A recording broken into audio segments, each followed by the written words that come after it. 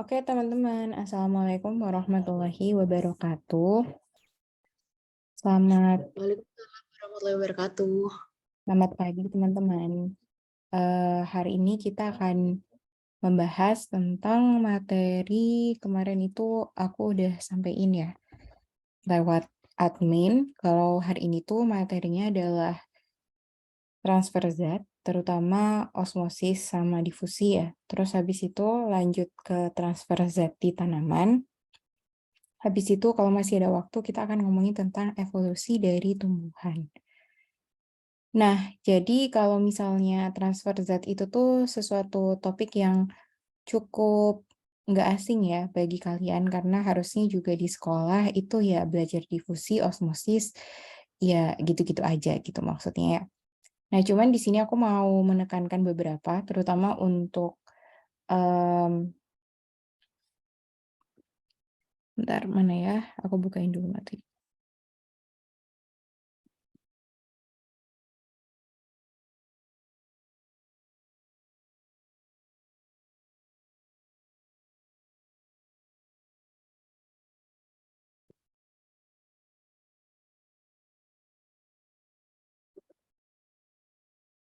Oke, jadi yang namanya transfer zat di sel itu erat kaitannya sama struktur dari membran sel itu sendiri. Soalnya kan kalau kita mau melakukan suatu transfer, artinya ada yang keluar, ada yang masuk. Nah, itu kan dibatasi lingkungan intraseluler sama ekstraselulernya itu tuh oleh suatu membran sel. Makanya struktur dari membran selnya itu tuh sangat penting gitu.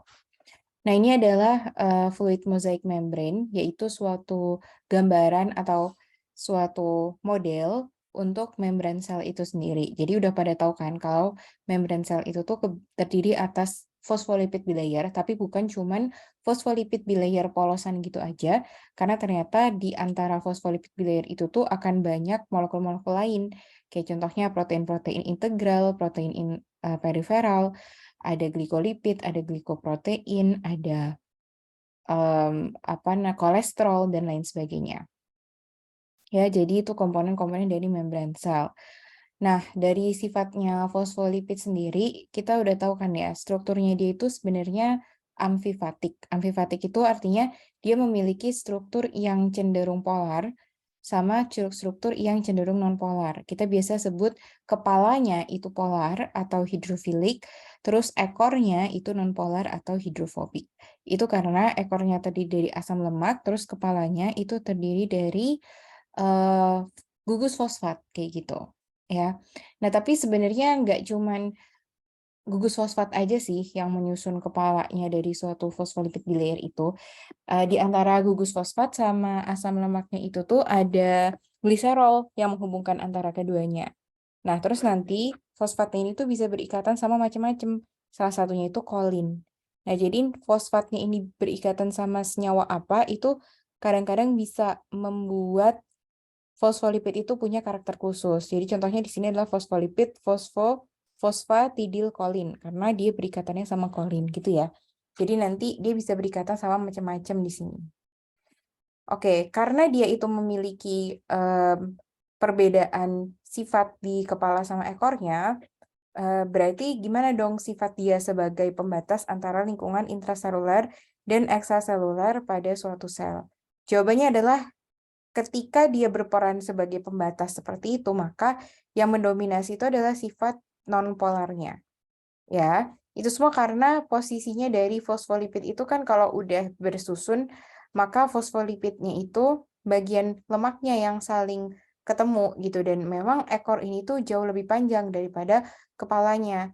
Makanya sifat dari fosfolipid itu ketika dia sudah menyusun membran sel yang lebih mendominasi, jauh sangat mendominasi, itu adalah sifat dari si nonpolarnya itu tadi, kayak gitu.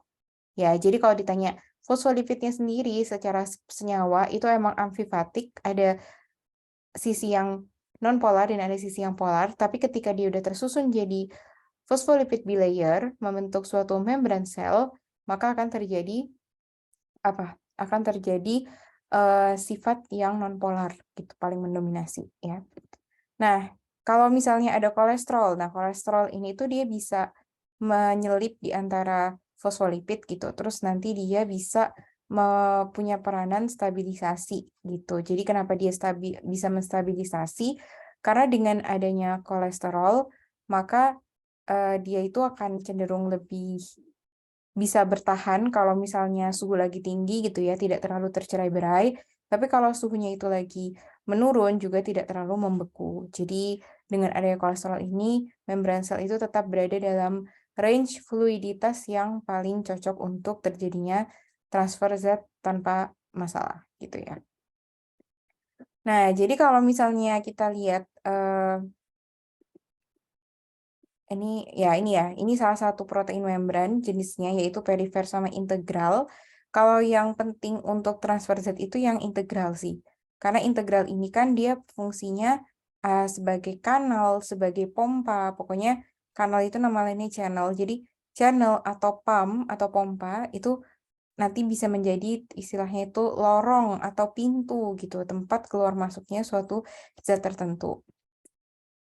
Nah, kalau misalnya kita perhatiin susunan dari susunan dari asam amino yang menyusun protein integral, itu kita bisa melihat dia ada bentuk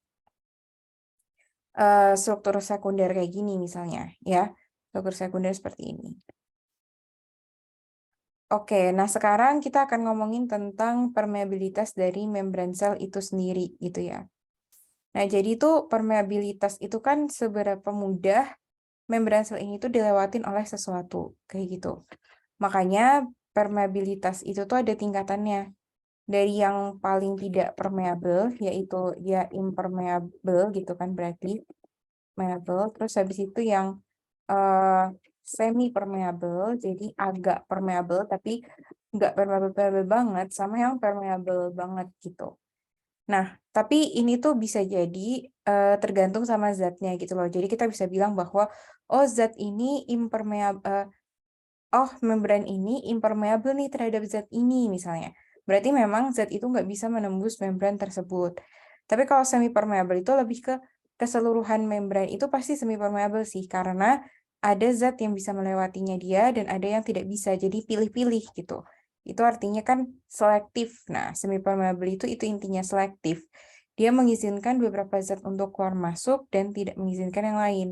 Nah, kalau permeable ya berarti kayak oh zat ini membran ini permeable nih terhadap zat ini karena memang zat ini tuh bisa lewat kayak gitu.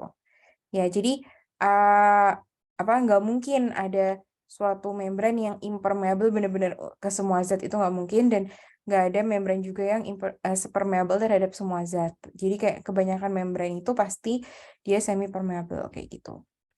Nah, kalau sifat dari membran sel sendiri ya itu tuh dia itu tidak bisa dilewatin sama makromolekul, tidak bisa dilewatin sama molekul yang udah kecil nih tapi bermuatan itu nggak bisa. Terus kalau misalnya molekul kecil tapi tidak bermuatan itu dapat melintasi membran. Berarti dia pilih-pilih kan, kelihatan kan maksudnya pilih-pilih kayak gitu.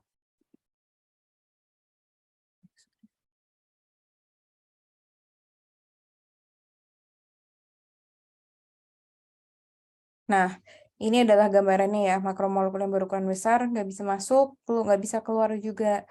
Tapi kalau misalnya dia kecil, hanya saja bermuatan juga sama, nggak bisa keluar masuk. Sementara kalau yang kecil, dia bisa keluar masuk. Apalagi tapi kalau agak besar dan tidak bermuatan, kadang-kadang masih bisa keluar masuk juga. Nah, sebenarnya kalau ngomongin tentang transfer secara umum, itu kan terbagi menjadi transfer pasif sama transfer aktif ya. Nah, kalau yang transfer pasif ini, dia itu ketika sel itu tidak lagi nggak butuh energi, ada difusi terfasilitasi sama osmosis. Sementara kalau transfer aktif, itu berarti yang butuh energi. Udah tahu kan ya, kenapa kok butuh energi gitu di transfer aktif? Dia butuh energi karena sifatnya itu adalah melawan gradien konsentrasi gitu. Sementara kalau yang transfer pasif, dia menuruni gradien konsentrasi. Kalau menuruni gradien konsentrasi, itu artinya sesuai dengan hukum termodinamika kedua yang ngomong bahwa kecenderungan alam semesta ini itu adalah meningkatkan entropi gitu. Jadi dari yang konsentrasi tinggi ke konsentrasi rendah itu meningkatkan entropi. Jadi semua reaksi yang meningkatkan entropi itu akan terjadi secara spontan. Makanya tidak butuh energi. Nah, tapi kalau transport aktif ini tuh malah menurunkan entropi gitu loh. Jadi untuk bisa terjadi itu harus ada input energi supaya bisa terjadi gitu ya.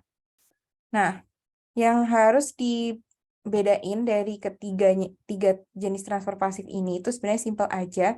Difusi, difusi terfagritasi, sama osmosis. Itu tuh intinya sebenarnya semuanya itu difusi gitu ya. Karena difusi itu intinya adalah suatu persebaran molekul dari konsentrasi tinggi ke konsentrasi rendah.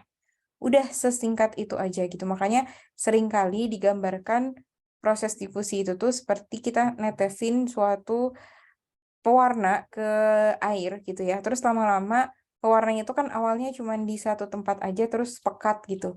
Tapi lama-lama pewarnanya akan menyebar ke segala arah dan lebih tidak pekat jadinya. Berarti itu adanya pencampuran atau kayak pergerakan molekul pewarnanya itu ke segala arah gitu.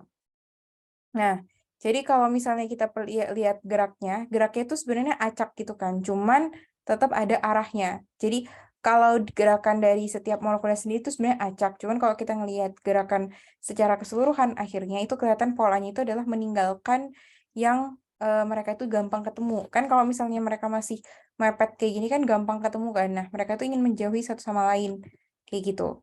Nah, sampai akhirnya terciptalah kesetimbangan dinamis. Jadi kesetimbangan dinamis itu bukan berarti molekul-molekulnya ini tuh udah berhenti bergerak. Enggak ya, karena molekul bergerak itu senantiasa terjadi gitu. Karena yang namanya molekul itu pasti punya energi intrinsiknya sendiri gitu loh. Jadi mereka juga masih ada misalnya vibrasi, terus ya bergerak ke sana kemari gitu. Cuman ketika yang ini bergerak ke sini misalnya, itu pasti ada lagi yang menggantikan. Jadi intinya konsentrasinya tetap tersebar merata meskipun molekul-molekulnya itu masih suka bergerak. Itu berarti sudah mencapai kesetimbangan dinamis dan difusi bisa dikatakan selesai karena konsentrasinya sudah rata di satu wadah air tersebut gitu ya. Nah, ada beberapa faktor yang mempengaruhi kecepatan difusi. Pertama itu adalah gradien konsentrasi. Jadi prinsipnya itu adalah semakin besar gradien konsentrasi, semakin cepat difusi.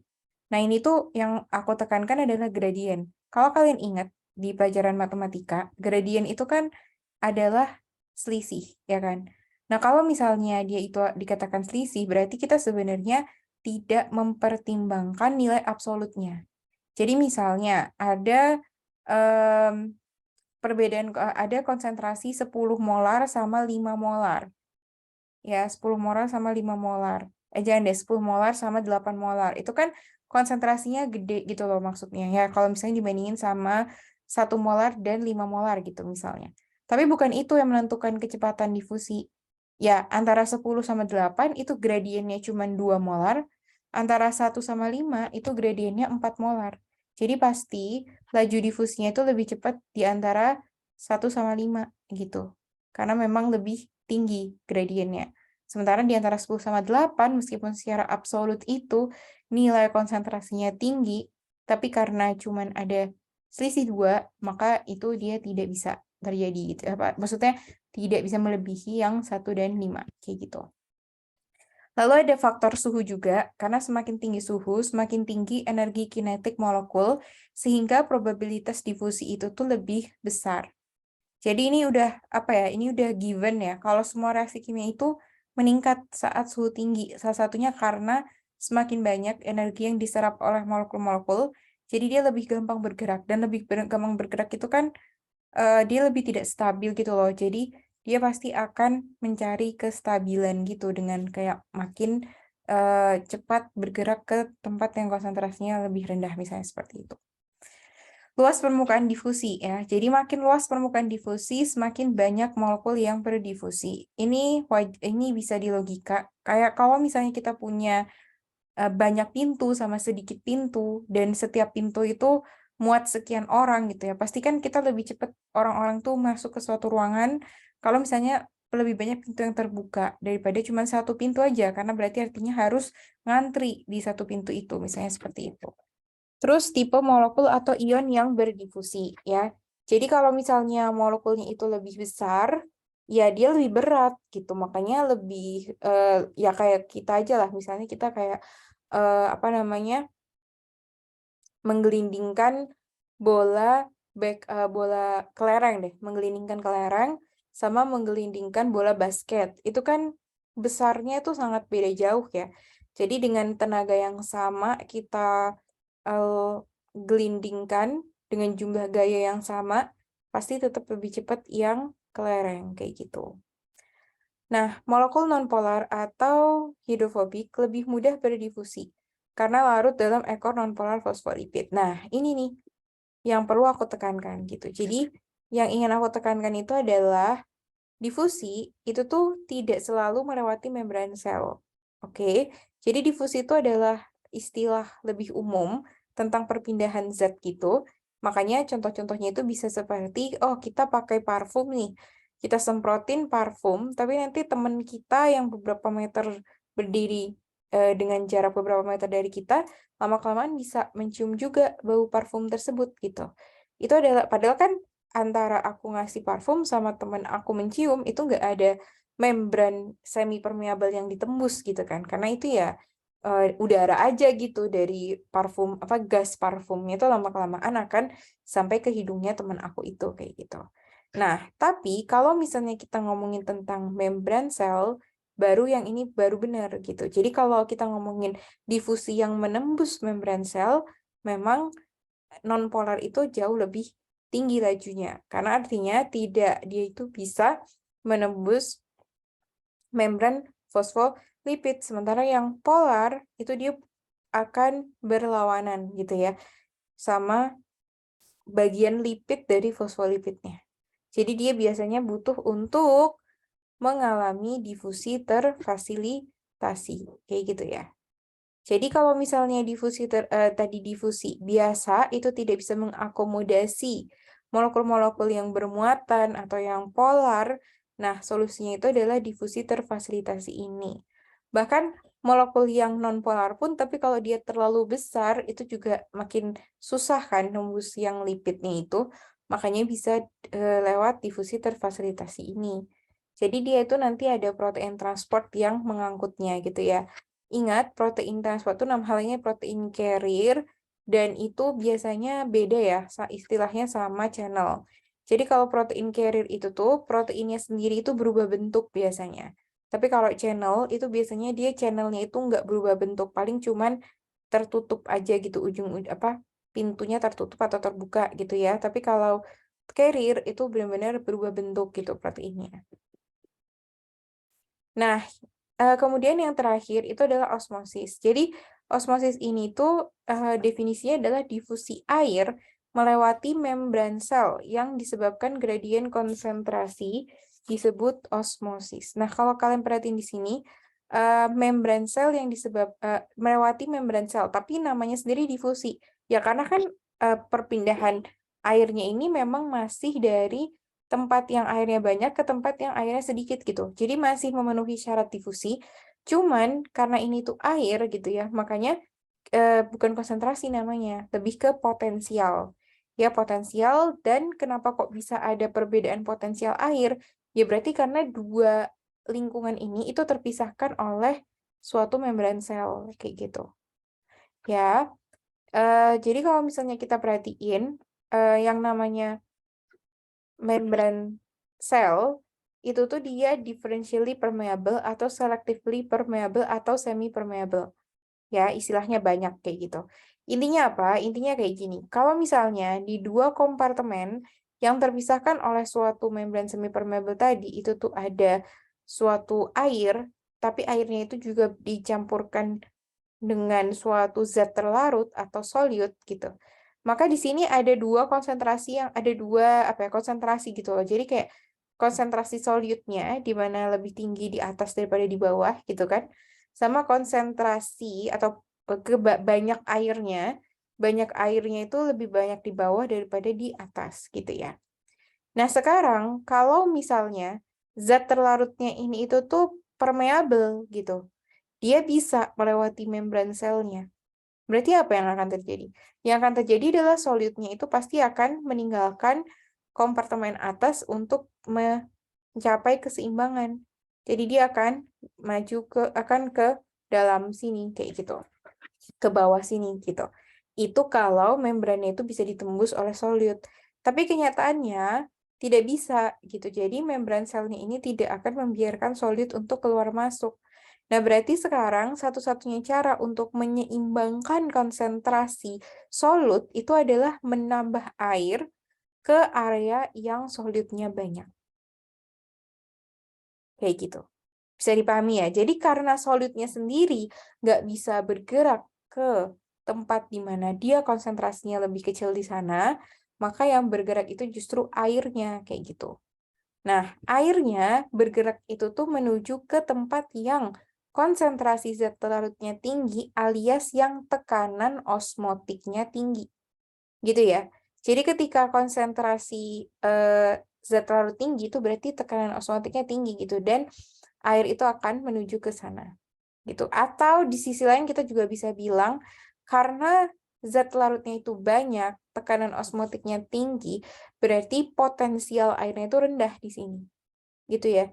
Jadi kita bisa mendefinisikan osmosis itu tuh adalah difusi air melewati membran sel dari daerah yang potensial airnya lebih tinggi menuju ke daerah yang potensial airnya lebih rendah. Atau dari daerah yang tekanan osmotiknya rendah menuju ke daerah yang tekanan osmotiknya tinggi. Atau dari daerah yang konsentrasi zat larutnya rendah menuju ke daerah yang konsentrasi zat larutnya tinggi. Kayak gitu ya.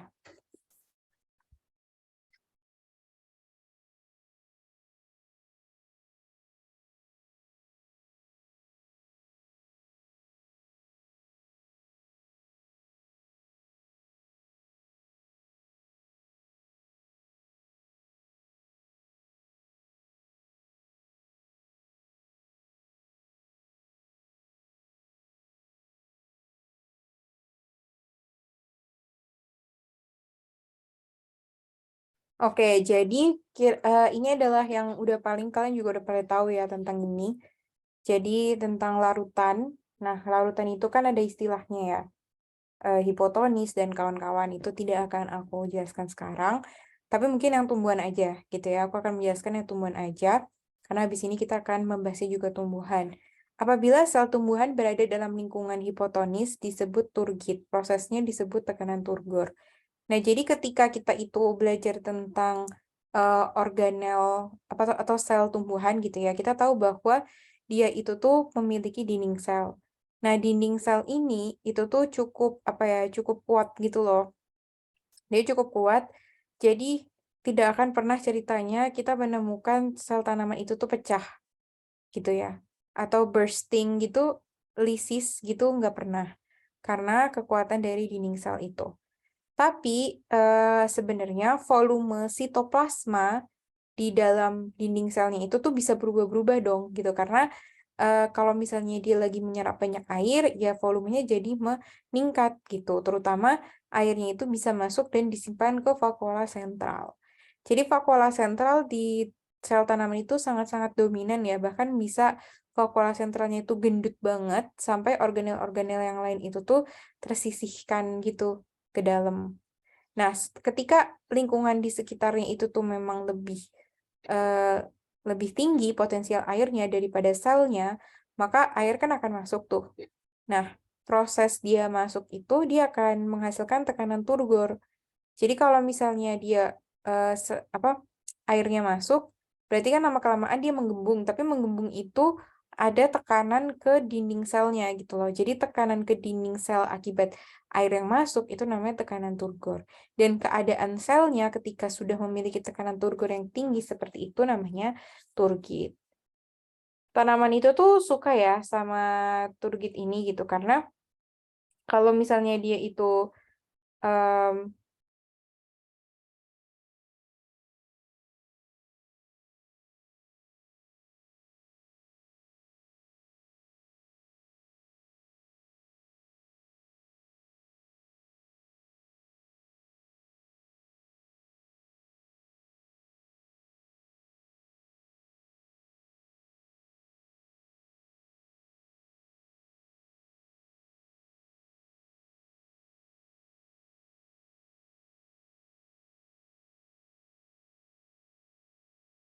Nah, jadi kenapa tanaman itu suka? Karena tanaman itu butuh kesegaran gitu ya. Jadi kalau misalnya dia itu lagi turgid, maka dia itu bisa melakukan banyak aktivitas dengan baik.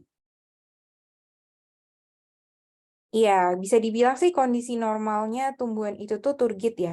Maksudnya normal di sini tuh adalah ketika dia itu paling bagus gitu. Misalnya dengan dia itu turgid, maka dia itu lebih lebih bisa untuk apa namanya?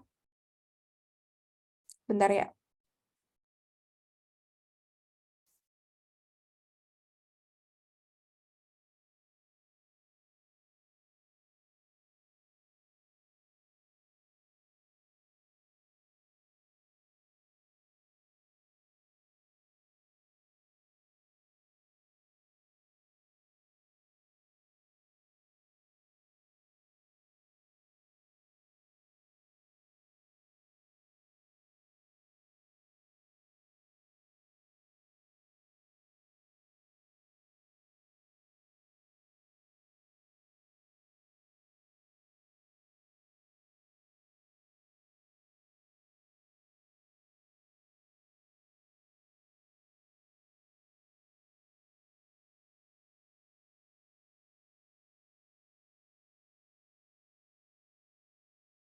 Oke, aku sudah kembali.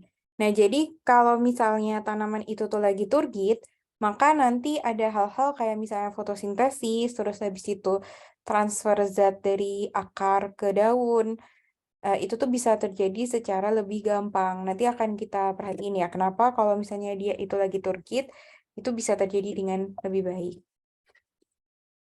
Nah, tapi kalau misalnya lingkungan di sekitar sel tumbuhannya itu tuh lebih rendah potensial airnya, air dari dalam selnya itu kan akan keluar, dan konsekuensinya adalah vakuolanya itu tidak lagi menyimpan banyak air, jadi selnya itu akan kempes kayak gitu.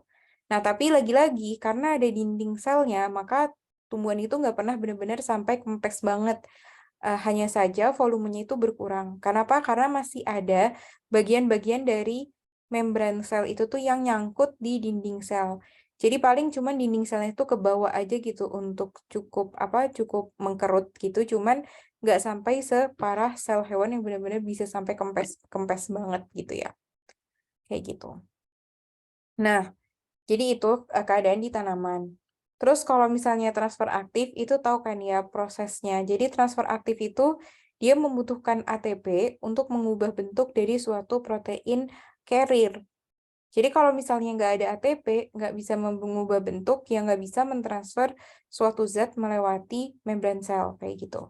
Nah, transfer aktif ini tuh makanya sebenarnya transfer aktif itu tuh bukan nggak selalu gitu, nggak selalu dari konsentrasi tinggi ke konsentrasi rendah ke konsentrasi tinggi, nggak selalu kayak gitu. Yang penting dia pakai ATP aja gitu loh, dan tidak terpengaruh sama perubahan konsentrasi.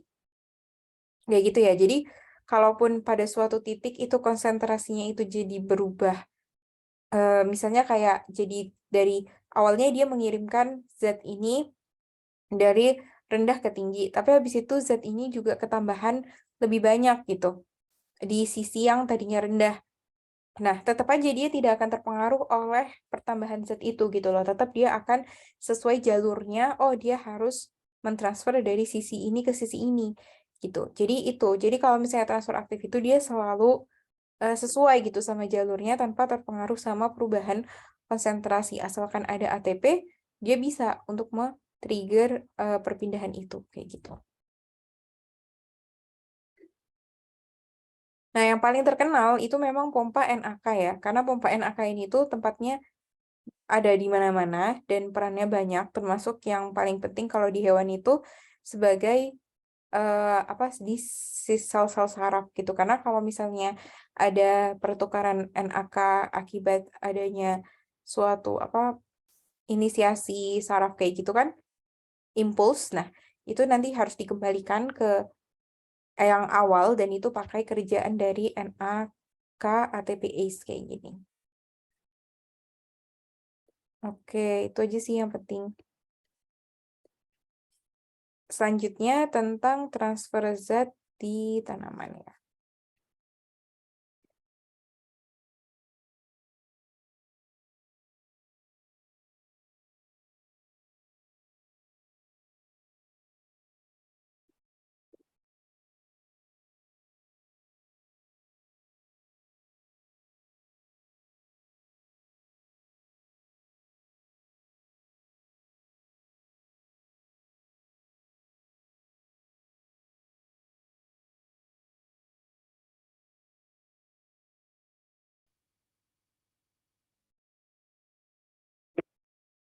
Oke, jadi kita ini buka Campbell-nya. Resource Acquisition and Transport in Vascular Plants. Nah, jadi kenapa aku mau jelasin tentang ini? Karena aku pengen kalian itu ada gambaran bahwa vascular plants itu sespesial itu gitu. Dan dia jadinya gara-gara punya jaringan-jaringan vaskular ini, dia jadi punya banyak keuntungan adaptif yang membuat dia jadi jenis tumbuhan yang paling mendominasi di bumi sampai saat ini, pada masa ini gitu ya. Ya nanti kalau misalnya ada perubahan iklim dan segala macam, kita nggak tahu ya siapa yang ternyata itu punya keuntungan adaptif lebih lagi misalnya. Karena memang sepanjang usia bumi ini itu ya dominasi tanaman itu bisa berganti-ganti gitu. Nah, jadi tuh kalau yang akan kita fokuskan itu ya adalah pergerakan air, pergerakan zat-zat hara dan mineral, lalu juga pergerakan gula hasil fotosintesis di suatu tanaman. Kayak gitu ya. Nah, jadi kalau misalnya kita perhatiin, tanaman itu kan bisa sampai tinggi banget. Nah, padahal kita tahu bahwa ada zat-zat yang hanya didapatkan dari dalam tanah. Gitu. Contohnya adalah air dan zat-zat hara. Jadi gimana caranya air dan zat-zat hara dari dalam tanah itu tuh bisa mencapai ke ujung-ujung daun yang di puncak tertinggi seperti ini contohnya.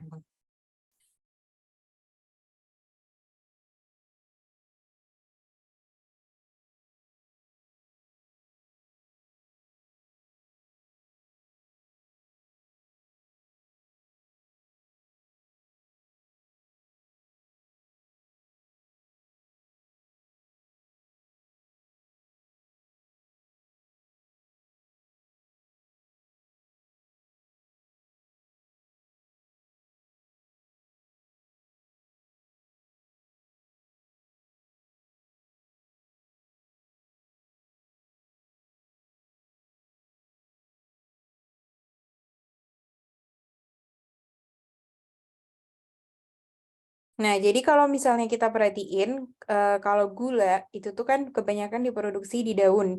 Terus prosesnya itu akan ditransfer ke mana-mana. Jadi kalau gula itu bukan ke akar gitu doang ya, tapi benar-benar ke seluruh bagian tumbuhan. Nanti kita akan belajar ada source, ada sink-nya, kayak gitu.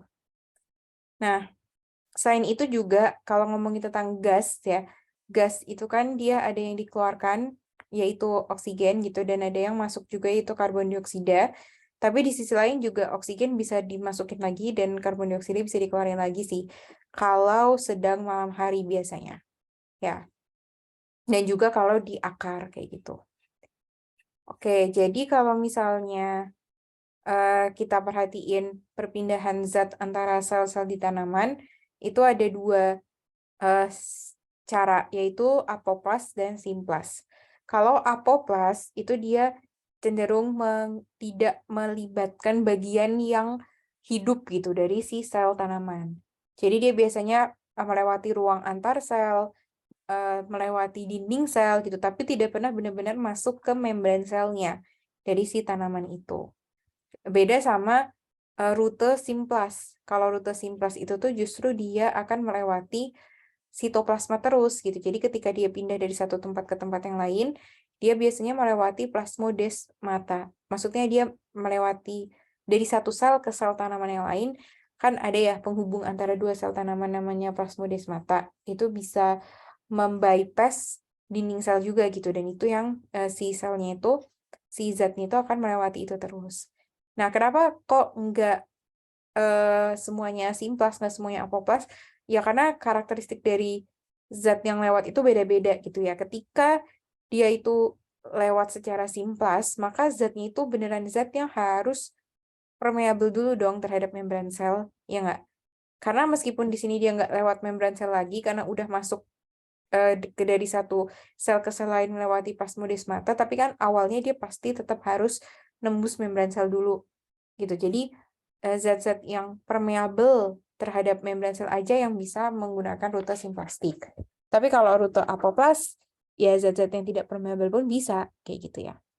Tapi ada juga yang transmembran. Jadi kalau transmembran ini tuh kayak setengah-setengah gitu loh. Maksudnya dia kayak ngelewatin yang dinding sel dan ruang antar sel bisa, tapi terus nanti masuk lagi ke dalam sel, nanti keluar lagi kayak gitu-gitu.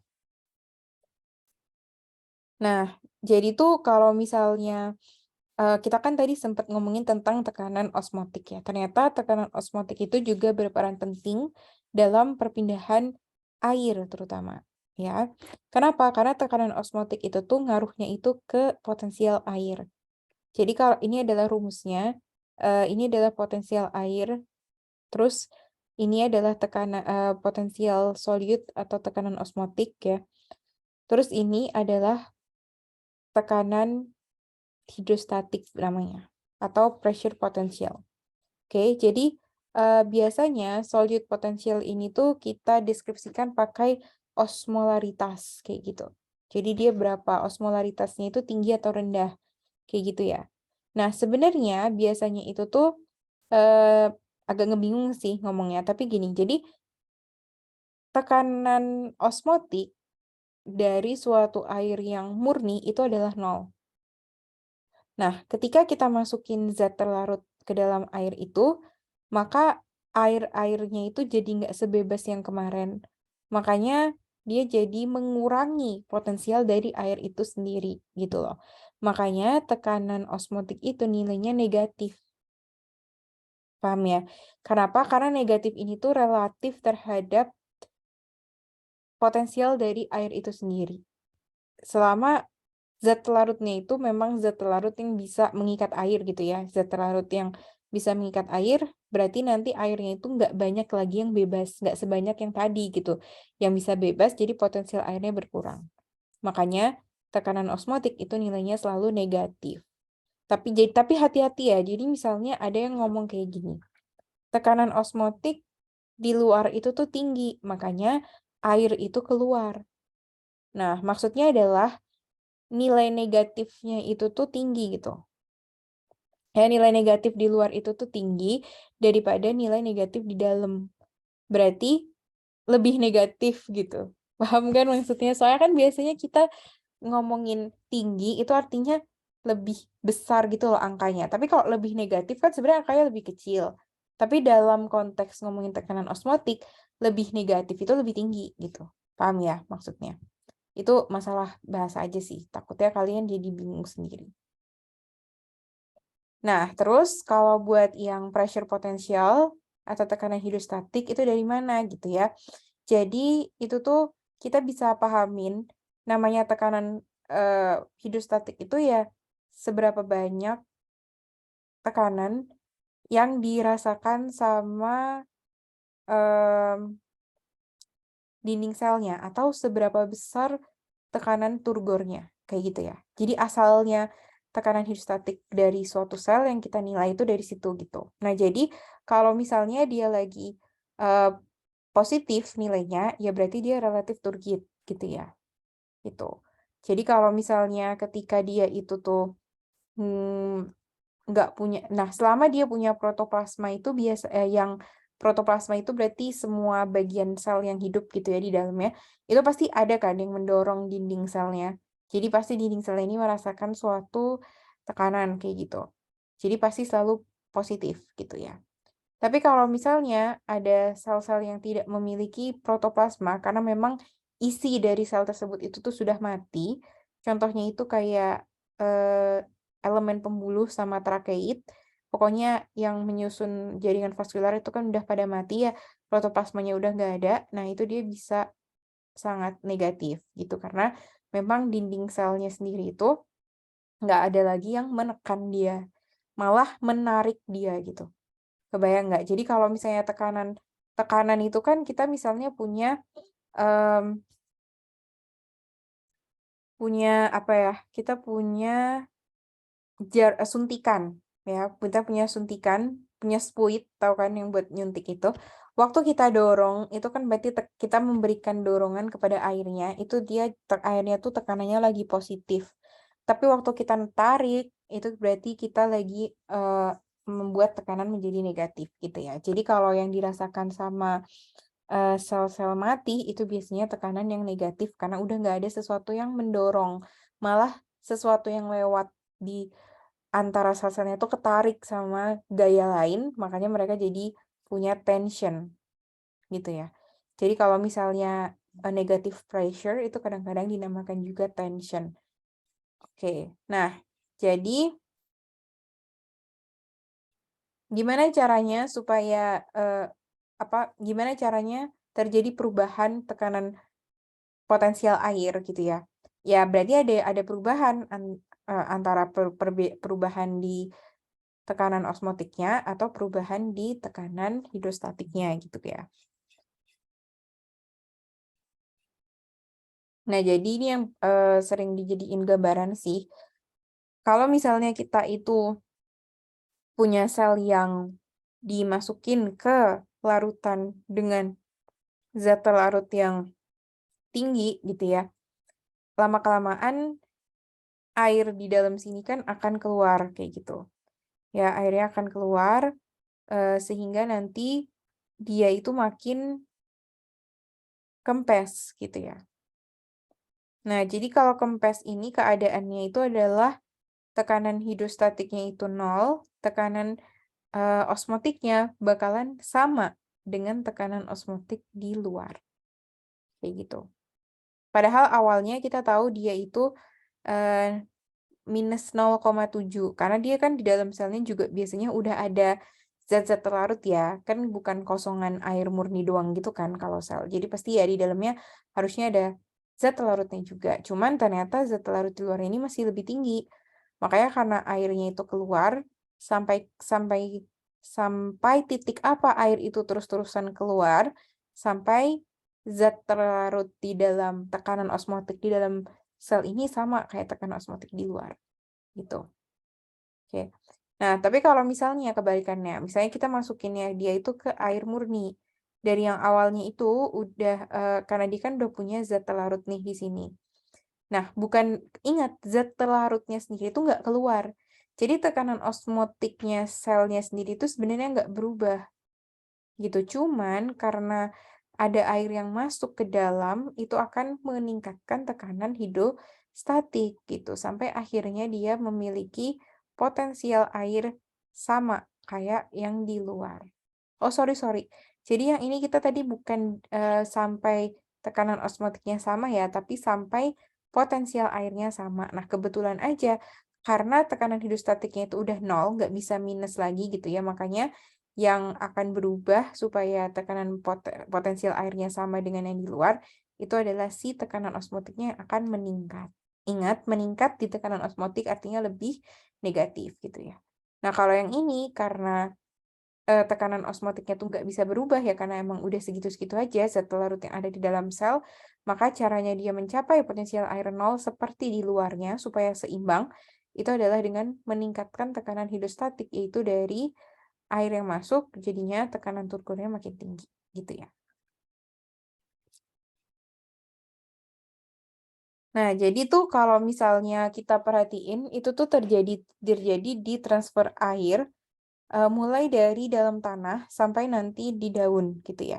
Karena kalau misalnya ada di dalam tanah kayak gini, kita bisa lihat bahwa ada rambut-rambut akar ya. Jadi rambut-rambut akar ini tuh adalah, bagian dari modifikasi epidermis dari suatu jaringan akar ya.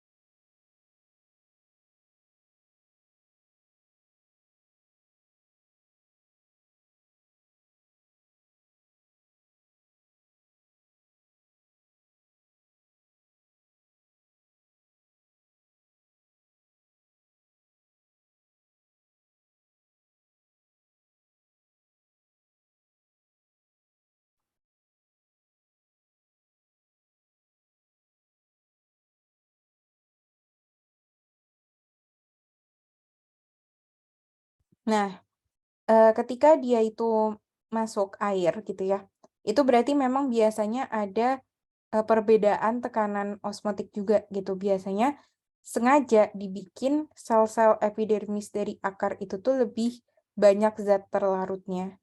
Makanya air-air di sekitarnya itu akan masuk gitu ya. Biasanya sih cara memperbanyak zat terlarut di dalam sel-sel akar ini dengan transfer aktif. Jadi mereka secara aktif masukin ion-ion kayak gitu biar air itu akhirnya mengikuti masuk. Nah, nanti air itu akan berosmosis gitu kan ya di antara sel-sel ini atau juga berdifusi melewati rute apoplas ini. Tapi ketika mereka itu sampai ke endodermis, maka hanya ada satu cara, yaitu lewat simplas aja.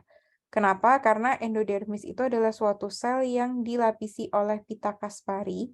Jadi pita Kaspari ini tuh dia terbuatnya dari suberin, pokoknya suatu zat yang sangat waterproof gitu. Jadi nggak bisa lagi air itu tuh lewat. Nah, kalau misalnya kita paksain air itu tuh lewat, ya nggak akan nembus aja gitu loh. Makanya harus masuk dulu ke sel-selnya, karena nggak bisa lewat ruang antar selnya, kayak gitu. Jadi yang awalnya itu caranya rutenya itu apoplas, pas udah di endodermis ini harus banget simplas. Baru kalau misalnya dia udah masuk secara simplas, dia bisa apoplas atau simplas lagi menuju ke silem, nggak masalah gitu ya. Nah, yang uniknya juga ya, jadi tuh gara-gara ada air yang berkumpul di akar, akarnya itu tuh jadi punya tekanan positif gitu kan. Jadi karena tadi itu ada apa namanya, ada pemasukan air gara-gara akarnya itu memang sengaja memperbanyak zat larut, jadi air masuk, jadi akar ini punya tekanan positif gitu. Biasanya tekanan positif di akar ini tuh akan cepat men-trigger terjadinya transfer lewat silem kayak gitu. Karena silem sendiri itu punya tekanan negatif. Paham nggak? Jadi bayangin di silemnya airnya ditarik, di akarnya airnya didorong gitu kan. Berarti airnya jalan ke atas kayak gitu. Nah, tapi dari mana tekanan negatif dari silem itu berlangsung? Ternyata secara umum tekanan negatif dari silem itu berlangsung dari transpirasi. Dapatnya dari transpirasi gitu, karena di daun itu kan ada ada stomata. Nah, stomata ini kan suatu lubang yang menghubungkan air di dalam silem dengan dunia luar gitu istilahnya. Nah, kalau kita bandingkan dunia luar, maksudnya kayak lingkungan luar, itu pasti jauh lebih kering daripada yang ada di dalam silem atau bahkan di dalam daun itu sendiri. Pasti jauh lebih banyak uap air di dalam daun, jauh lebih banyak air di dalam silem dibandingkan di lingkungan luar. Makanya gradien potensial airnya itu sangat-sangat ekstrim. Nah, makanya dalam suatu keadaan ketika stomata itu membuka lebar, ya, ketika stomata itu membuka lebar, yang terjadi itu adalah air di silem itu akan tertarik ke airspace, jadi ke rongga-rongga udara di daerah spons ini ya, ke rongga-rongga udara ini untuk menguap gitu. Jadi dia kayak menjadi uap air, terus nanti uap airnya itu akan ke lingkungan gitu, akan ke luar dari daun melalui stomata gitu. Nah, tapi ternyata dalam proses air itu tuh mulai menjadi uap air satu persatu, itu tuh akan meningkatkan surface tension atau tegangan permukaan. Nah, apa itu tegangan permukaan? Jadi tegangan permukaan itu adalah ketika muncul ini ya, ini kan kayak misalnya tegangan permukaannya itu tuh belum gede. Nah, tapi lama-kelamaan tegangan permukaannya itu jadi makin gede. Kenapa? Karena makin banyak uap air yang menjadi uap. Dan air yang menjadi uap itu tuh akan meningkatkan tarikannya gitu loh. Karena gini, loh kok udah banyak air yang hilang ya?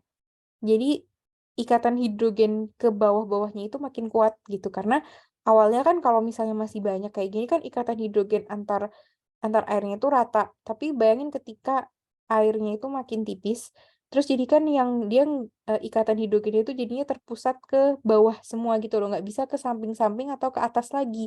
Karena yang tadinya ada air di samping-samping sama atasnya itu ternyata udah jadi uap semua. Makanya ikatan hidrogennya itu jadi lebih kuat ke bawah. Berarti akhirnya air itu tuh kepanggil gitu loh untuk netralkan tekanan menetralkan surface tension ini gitu. Jadi itu yang dinamakan tarikan dari transpirasi. Sebenarnya lagi-lagi tarikan dari transpirasi itu tuh gara-gara adanya perbedaan potensial air yang sangat ekstrim ya. karena di luar itu juga ada cahaya matahari, jadinya uap air itu ya akan menguap lagi gitu ya.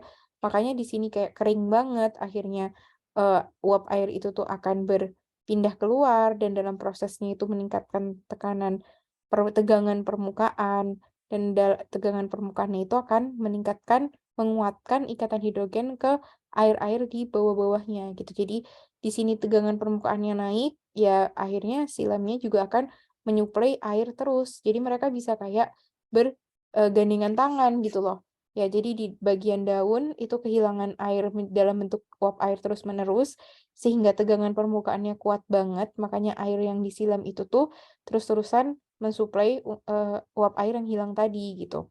Nah, sedangkan di dalam silamnya sendiri terjadi kohesi dan adesi. Kohesi itu tuh adalah ikatan hidrogen antar molekul air dan adesi itu adalah ikatan hidrogen antara molekul air dengan dinding selnya. Jadi kalau misalnya dia itu udah punya gandengan gitu kan, dia jadinya kalau satu air keangkat, bawah-bawahnya ketarik dong. Terus kalau dia udah punya gandengan sama dinding selnya, dia jadi kayak bisa manjat dinding sel dari si penyusun salurannya gitu loh. Akhirnya apa namanya, ketika terjadi transpirasi, ada air yang menguap, tegangan permukaan tinggi, airnya jadi ketarik lagi buat mengisi tegangan permukaan tadi, akhirnya ketarik semua dari bawah sini. Dan di sisi lain, di akarnya juga terjadi banyak penumpukan air gara-gara udah dimasuk-masukin akibat tekanan osmotik yang sengaja ditinggiin tadi pada awalnya. Gitu ya. Jadi kalau kita telusuri, memang terjadi perpindahan air dari lingkungan yang tekanan osmotiknya nggak terlalu tinggi, sampai ke yang tekanan osmotiknya sangat tinggi, alias yang potensial airnya tinggi sampai ke potensial airnya rendah banget, yaitu adalah di udara luar. Kayak gitu. Oke, nah sekarang ini adalah penggambaran betapa pentingnya cahaya matahari juga buat tanaman. Selain cahaya matahari itu tuh berfungsi untuk melakukan fotosintesis, kalau nggak ada fotosintesis ya tanamannya nggak bisa punya karbohidrat dan nggak bisa mensintesis makromolekul lain gitu ya. Itu memang kita udah tahu. Tapi ternyata penting juga cahaya matahari itu dalam transfer zat dari akar ke seluruh bagian tumbuhan. Makanya kalau kita itu nanam tanaman, terus kita cuma ngelas kayak, udah kok aku udah kasih air yang cukup, udah kasih pupuk yang cukup, tapi kalian naruhnya itu tuh di tempat yang terlalu teduh, itu tanamannya juga nggak sehat. Kenapa? Karena dia akan kesulitan untuk melakukan transfer air dan zat mineral yang melimpah itu gitu. Kan percuma ya banyak air, banyak zat hara, tapi nggak bisa diangkut. Kenapa? Karena transpirasinya nggak banyak. Karena dia berada di tempat yang teduh, cahaya matahari itu nggak terlalu banyak, jadinya dia nggak terlalu kering lingkungannya. Lingkungannya tuh lembab, jadinya ya daya transpirasinya itu nggak terlalu tinggi, jadi meskipun banyak zat hara, meskipun banyak air di lingkungannya tuh nggak keangkut sampai ke atas. Itu salah satu pentingnya cahaya matahari juga ya. Oke teman-teman, sampai sini ada yang ingin ditanyakan?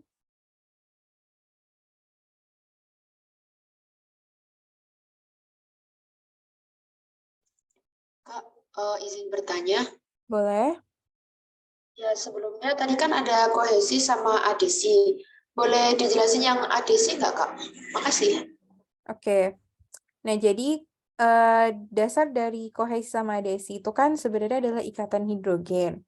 Nah, apa itu ikatan hidrogen? Jadi ikatan hidrogen itu adalah ikatan antara suatu atom hidrogen dengan atom oksigen, nitrogen, atau fluorin di molekul lain.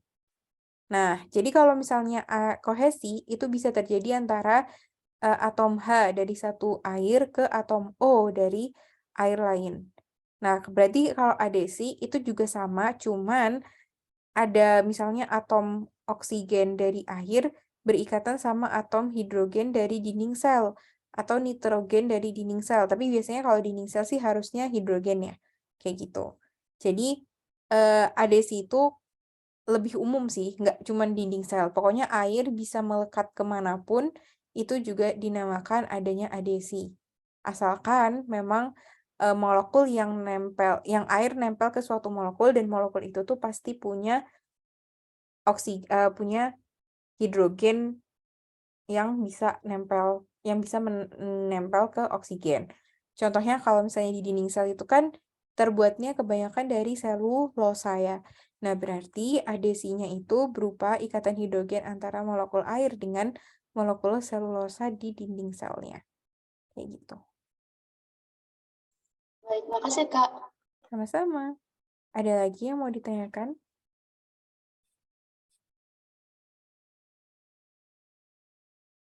Oke, kalau gitu kita lanjut ya. Nah, jadi kita udah tahu kan, kalau misalnya ada tanaman yang tinggi banget ya, itu berarti dia itu memang kebanyakan ada di mana? Tempat yang punya cahaya matahari yang cukup, kayak gitu. Karena kalau misalnya dia itu nggak punya cahaya matahari yang cukup, secara struktur nggak mungkin dia bisa setinggi itu. Nah, tapi yang unik itu misalnya kayak tanaman pinus. Tanaman pinus itu kan dia tinggi-tinggi ya. Kalau misalnya kita ngelihat hutan-hutan konifer di Rusia, di utara, pokoknya di Kanada gitu, pokoknya di bagian-bagian utara bumi, itu kita melihat bahwa ada banyak sekali tanaman yang tinggi. Tapi kita tahu bahwa mereka itu tuh juga mempunyai musim dingin. Nah, makanya uniknya kalau di tanaman-tanaman kayak gitu tuh adalah mereka sangat memanfaatkan musim panas untuk pertumbuhan. Jadi mereka tuh kayak tumbuhnya itu benar-benar kayak musim panas tuh all out deh mereka tumbuh gitu. Dan juga kayak, oh pas musim panas ini cahaya matahari melimpah, mereka jadi bisa melakukan transfer zat apa segala macam dengan cepat. Tapi nanti ketika musim dingin yang panjang, ya memang mereka nggak ngapa-ngapain gitu. Maksudnya mereka cenderung tidak mentransfer banyak zat juga di dalam jaringan vaskularnya ya, karena memang nggak ada transpirasi yang terjadi, nggak terlalu banyak transpirasi yang terjadi, airnya bahkan membeku kayak gitu. Oke. Nah, jadi kalau misalnya tanaman itu tuh ada di lingkungan yang dingin, kayak misalnya musim dingin itu tuh dia itu sebenarnya kekeringan juga sih, gitu. Cuman tetap nggak bisa terjadi transpirasi karena meskipun dia kering, tapi tidak bisa memicu air itu untuk berubah jadi uap, karena nggak ada input energi gitu ya. Tapi secara umum tanaman itu kekeringan. Ada yang tahu kenapa?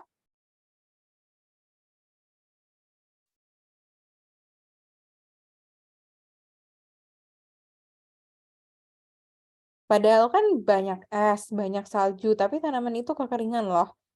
Bahkan kalau misalnya bukan pohon pinus gitu, bukan pohon konifer, mereka kan pada musim gugur pada menggugurkan daunnya dulu. Hubungannya apa tuh? Kenapa mereka harus menggugurkan daun? Berarti kan mereka tahu bahwa mereka itu tidak bisa memenuhi nutrisi gitu selama musim dingin berlangsung. Salah satunya itu adalah karena tidak bisa mentransfer zat, ya. Nah, ya karena airnya itu beku dan juga nggak ada cahaya matahari tadi ya. Itu sebenarnya aku udah kasih tahu. Jadi kalau misalnya airnya beku itu kan berarti airnya sendiri itu susah untuk ditransfer dalam bentuk cairan, dan karena nggak ada cahaya matahari berarti nggak ada daya transpirasi apapun yang bisa membuat air itu naik gitu. Berarti caranya itu adalah mereka sengaja untuk mengurangi beban tubuhnya. Jadi kayak daun itu kan sebenarnya bermanfaat sebagai situs fotosintesis, tapi di sisi lain daun juga harus dapat perawatan, dapat input nutrisi dan segala macam. Jadi ya ketika mereka itu tuh tidak bisa memenuhi nutrisi untuk daun, ya mending daunnya diilangin dulu aja. Nanti setelah es-es pada mencair, matahari mulai muncul lagi, mereka bisa menumbuhkan kembali daun-daun pada musim semi kayak gitu.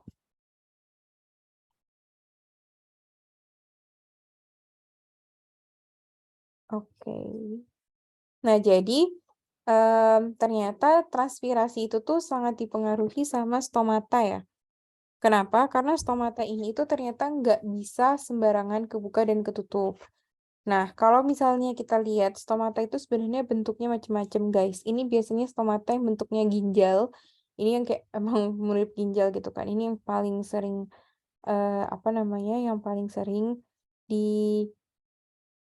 dijadikan contoh gitu. Jadi stomatanya sendiri itu sebenarnya bolongannya ini gitu ya. Jadi keadaan ini kita bilang stomatanya lagi kebuka, keadaan ini kita bilang stomatanya itu lagi tertutup. Nah, kenapa dia bisa membuka, bisa menutup? Ya karena sel di sekelilingnya, yaitu adalah sel yang namanya sel pendamping gitu. Sel penjaga, sel pendamping mah bahasa Inggrisnya companion cell. Kalau ini kan guard cell ya, jadi itu sel penjaga gitu. Itu tuh dia bisa melakukan perubahan bentuk gitu. Jadi yang awalnya turgid jadi nggak turgid. Nah, kalau kita perhatiin di sini, eh, sel penjaga itu tuh kalau pas dia lagi turgid, maka stomatanya kebuka. Tapi pas dia itu lagi flaccid itu berarti dia lagi tekanan turgornya berkurang, maka stomatanya tuh menutup. Nah, di sini kita bisa pakai logika gitu. Kalau dia lagi turgid, berarti kan lagi banyak input air, ya. Airnya tuh lagi tidak kekurangan. Jadinya stomata membuka, memberikan kesempatan terjadinya transpirasi supaya air-air itu tuh juga pada mengalir sampai ke daun. Gara-gara gaya tarikan transpirasi dan yang lain-lain tadi. Tapi ketika sel penjaga itu flaccid, ya berarti memang nggak lagi banyak air yang ada di lingkungan tersebut. Daripada airnya hilang akibat berinteraksi sama lingkungan luar, ya mending stomatanya ditutup aja. Mengamankan air supaya nggak banyak lagi yang menguap. Gitu, jadi lebih menghemat air. Logikanya seperti itu ya. Nah, secara molekuler, gimana caranya sel penjaga itu tuh bisa bisa turgornya meningkat, terus turgornya menurun, yaitu adalah gara-gara adanya perubahan konsentrasi ion-ion positif gitu, biasanya K+. Jadi kalau misalnya dia itu lagi banyak K+ di dalam, ya maka dia itu akan mengundang H2O untuk masuk, gitu kan. Karena H2O pasti mengikuti ke kemana tekanan osmotik tinggi, gitu. Jadi ketika K+-nya dibanyakin di dalam, H2O-nya akan mengikuti. Akhirnya terbukalah stomatanya. Tapi ketika K+-nya itu tuh pada keluar, H2O-nya mengikuti keluar. Dan kempeslah si sel penjaga itu tadi. Kayak gitu. Ya. Nah, jadi kalau misalnya K+ sendiri itu kok bisa keluar masuk, nah itu eh, lebih banyak ini ya, lebih ribet sih aturannya, tapi intinya dia juga bisa dipengaruhi oleh hormon, distribusi K+ itu bisa dipengaruhi oleh hormon, misalnya contohnya kayak hormon asa absisat, terus juga bisa dipengaruhi oleh fotoreseptor, terutama reseptor cahaya biru di tanaman, jadi kayak kalau pas lagi ada cahaya matahari dia juga akan kayak gimana gitu K+-nya akan terdistribusi ulang dan lain-lain. Ya itu cukup banyak aspek fisiologisnya. Kalau teman-teman mau baca nanti silahkan baca sendiri. Seperti itu. Oh ya, tapi uniknya itu kayak gini ya, karena ada selulosa dari yang unik gitu susunannya. Karena gini, kalau misalnya dia itu nggak tersusun radial kayak gini, harusnya kan ketika sel penjaganya itu tuh menggembung, malah makin nggak ada rongga antara dua sel gitu loh. Kebayang nggak? Kan kalau misalnya namanya sel lagi turgid kan harusnya menggembung. Berarti kan kalau ada dua sel turgid bersebelahan kan harusnya dia makin rapat dong satu sama lain karena makin menggendut gitu. Nah, tapi itu tidak terjadi di sini. Justru ketika dia menggendut itu malah ada rongga yang makin besar alias stomata yang terbuka di antara mereka. Gara-gara selulosa penyusun dinding sel-sel penjaga ini tuh terorientasi secara radial. Berarti pas dia menggembung itu dia justru menyamping gitu loh. Akhirnya ada rongga yang kebuka di sini gitu ya. Jadi itu adalah logika kenapa justru ketika dia pas lagi turgid itu malah kebuka di tengah-tengahnya.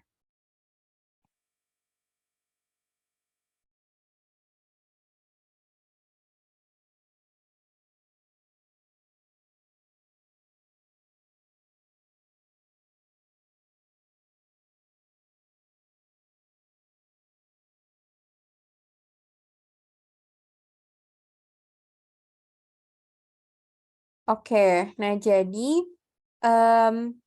kalau misalnya kita tahu bahwa stomata itu tuh sepenting itu ya untuk menentukan laju transpirasi dari suatu tanaman, ya berarti stomata ini juga harus diatur lokasinya, jumlah banyaknya, terus bentuknya, dan juga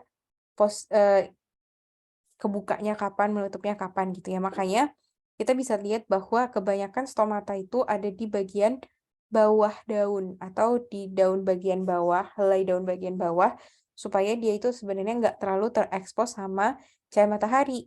Bahaya kan kalau misalnya dia terekspos sama cahaya matahari, bisa-bisa tanaman itu terlalu banyak kehilangan air. Terus juga kalau misalnya tanaman yang xerophyt atau tanaman yang biasanya hidup di tempat kering, itu dia akan menyembunyikan stomatanya. Jadi ada namanya stomata cryptophore supaya nggak segampang itu gitu buat lingkungan luar itu tuh mengakses lubang itu gitu. Atau juga bahkan stomatanya itu hilang sama sekali atau bahkan daunnya hilang sama sekali. Misalnya menjadi bentuk duri kalau kayak di eh, kaktus ya biasanya, seperti itu. Bahkan kalau misalnya di yang tadi kita ngomongin tentang pinus, itu cukup menarik ya, karena dia itu memiliki daun berbentuk jarum. Daun yang berbentuk jarum ini itu ada stomatanya, cuman secara anatomi itu tuh dia kayak tebel, ada banyak apa ya, ada banyak halangan supaya air itu tuh nggak menguap gitu. Pokoknya ada endodermisnya dan segala macam lah, nanti teman-teman bisa lihat sendiri anatomi dari daun jarumnya pinus itu gimana. Pokoknya intinya itu akan mengurangi banget kehilangan air karena memang sekali lagi pinus itu sebenarnya hidup di tempat yang ketika musim dingin terutama itu sangat-sangat kering sebenarnya. Ini ya, tadi aku bilang stomata cryptophore itu bentuknya. Jadi kalau misalnya di sini ada yang namanya stomata tapi tersembunyi gitu. Crypt itu kan tersembunyi. Jadi ada kayak semacam trikoma-trikoma juga. Trikoma ini kan kayak rambut-rambut halus gitu ya. Kalau misalnya kalian pernah megang daun kayak daun strawberry, pernah? Itu kan kayak agak gatel, maksudnya dia kayak kasar gitu. Nah, itu tuh contoh dari banyaknya trikoma. Nah, ternyata dengan keberadaan trikoma itu juga bisa menyembunyikan si stomatanya itu gitu. Jadi selain emang ada lekukan ke dalam, ada trikoma juga. Jadi dia kayak menghalangi misalnya ada angin atau apa untuk berinteraksi langsung sama stomatanya gitu. Terus juga biasanya eh, daunnya itu kalau tanaman xerophyt itu ya dia punya kutikula yang tebal. Kutikula itu kan isinya itu lilin, wax gitu. Jadi dia memiliki apa ya? Memiliki semacam cara untuk memastikan air itu susah untuk menguap. Apalagi epidermis yang bagian atasnya itu tebal juga. Nah, itu kan juga jadinya lebih susah ya buat menguap dari sisi atasnya. Kayak gitu. Terus di sini tuh ada em, kaktus ya yang kayak benar-benar udah nggak ada. Ini bukan kaktus dan ini apa ya? Okotilo namanya. Ya, jadi di sini itu dia eh nggak hijau sama sekali ya. Kita kayak lihatnya nih, hah, masa sih dia nggak punya daun gitu. Tapi ternyata keren banget. Tapi ternyata dia itu ketika ada hujan dikit aja baru langsung tumbuh daun-daun kecil kayak gini. Jadi dia bisa benar-benar memanfaatkan sedikit air untuk langsung melakukan fotosintesis dan pertumbuhan-pertumbuhan lain. Tapi pas dia lagi nggak banyak air, ya langsung hilang gitu. Jadi dia bakalan langsung kayak meranggas kayak gini ya. Keren kan? Gitu. Oke, ada yang nanya, kalau stomata di tumbuhan yang hidup di air. Nah, stomatanya berarti gimana? Kalau misalnya dia itu hidupnya benar-benar di air, biasanya maksudnya submerge. Submerge itu artinya dia tenggelam di air. Contohnya itu hydrilla. Nah, hydrilla itu biasanya dia kayak nggak punya stomata. Ya, karena kalaupun mau ada apa namanya, mau ada air keluar masuk, oksigen keluar masuk, itu akan dilakukan secara difusi aja. gitu ya. Kalau dia benar-benar submerge itu biasanya nggak punya stomata. Tapi kalau misalnya dia itu mengapung, contohnya itu seperti teratai. Nah, berarti stomatanya itu tuh ada di permukaan daun bagian atas yang tidak terendam air. Kayak gitu. Eceng gondok kayak gitu-gitu ya. Jadi itu mereka kan masih di permukaan, tapi ada yang terendam juga. Nah, di yang sisi yang punya stomatanya itu adalah sisi yang menghadap ke udara gitu. Jadi kalau misalnya ada sinar matahari, ya penguapannya cukup kencang, tapi kan dia juga nyerap banyak air gitu, jadi nggak masalah. Begitu.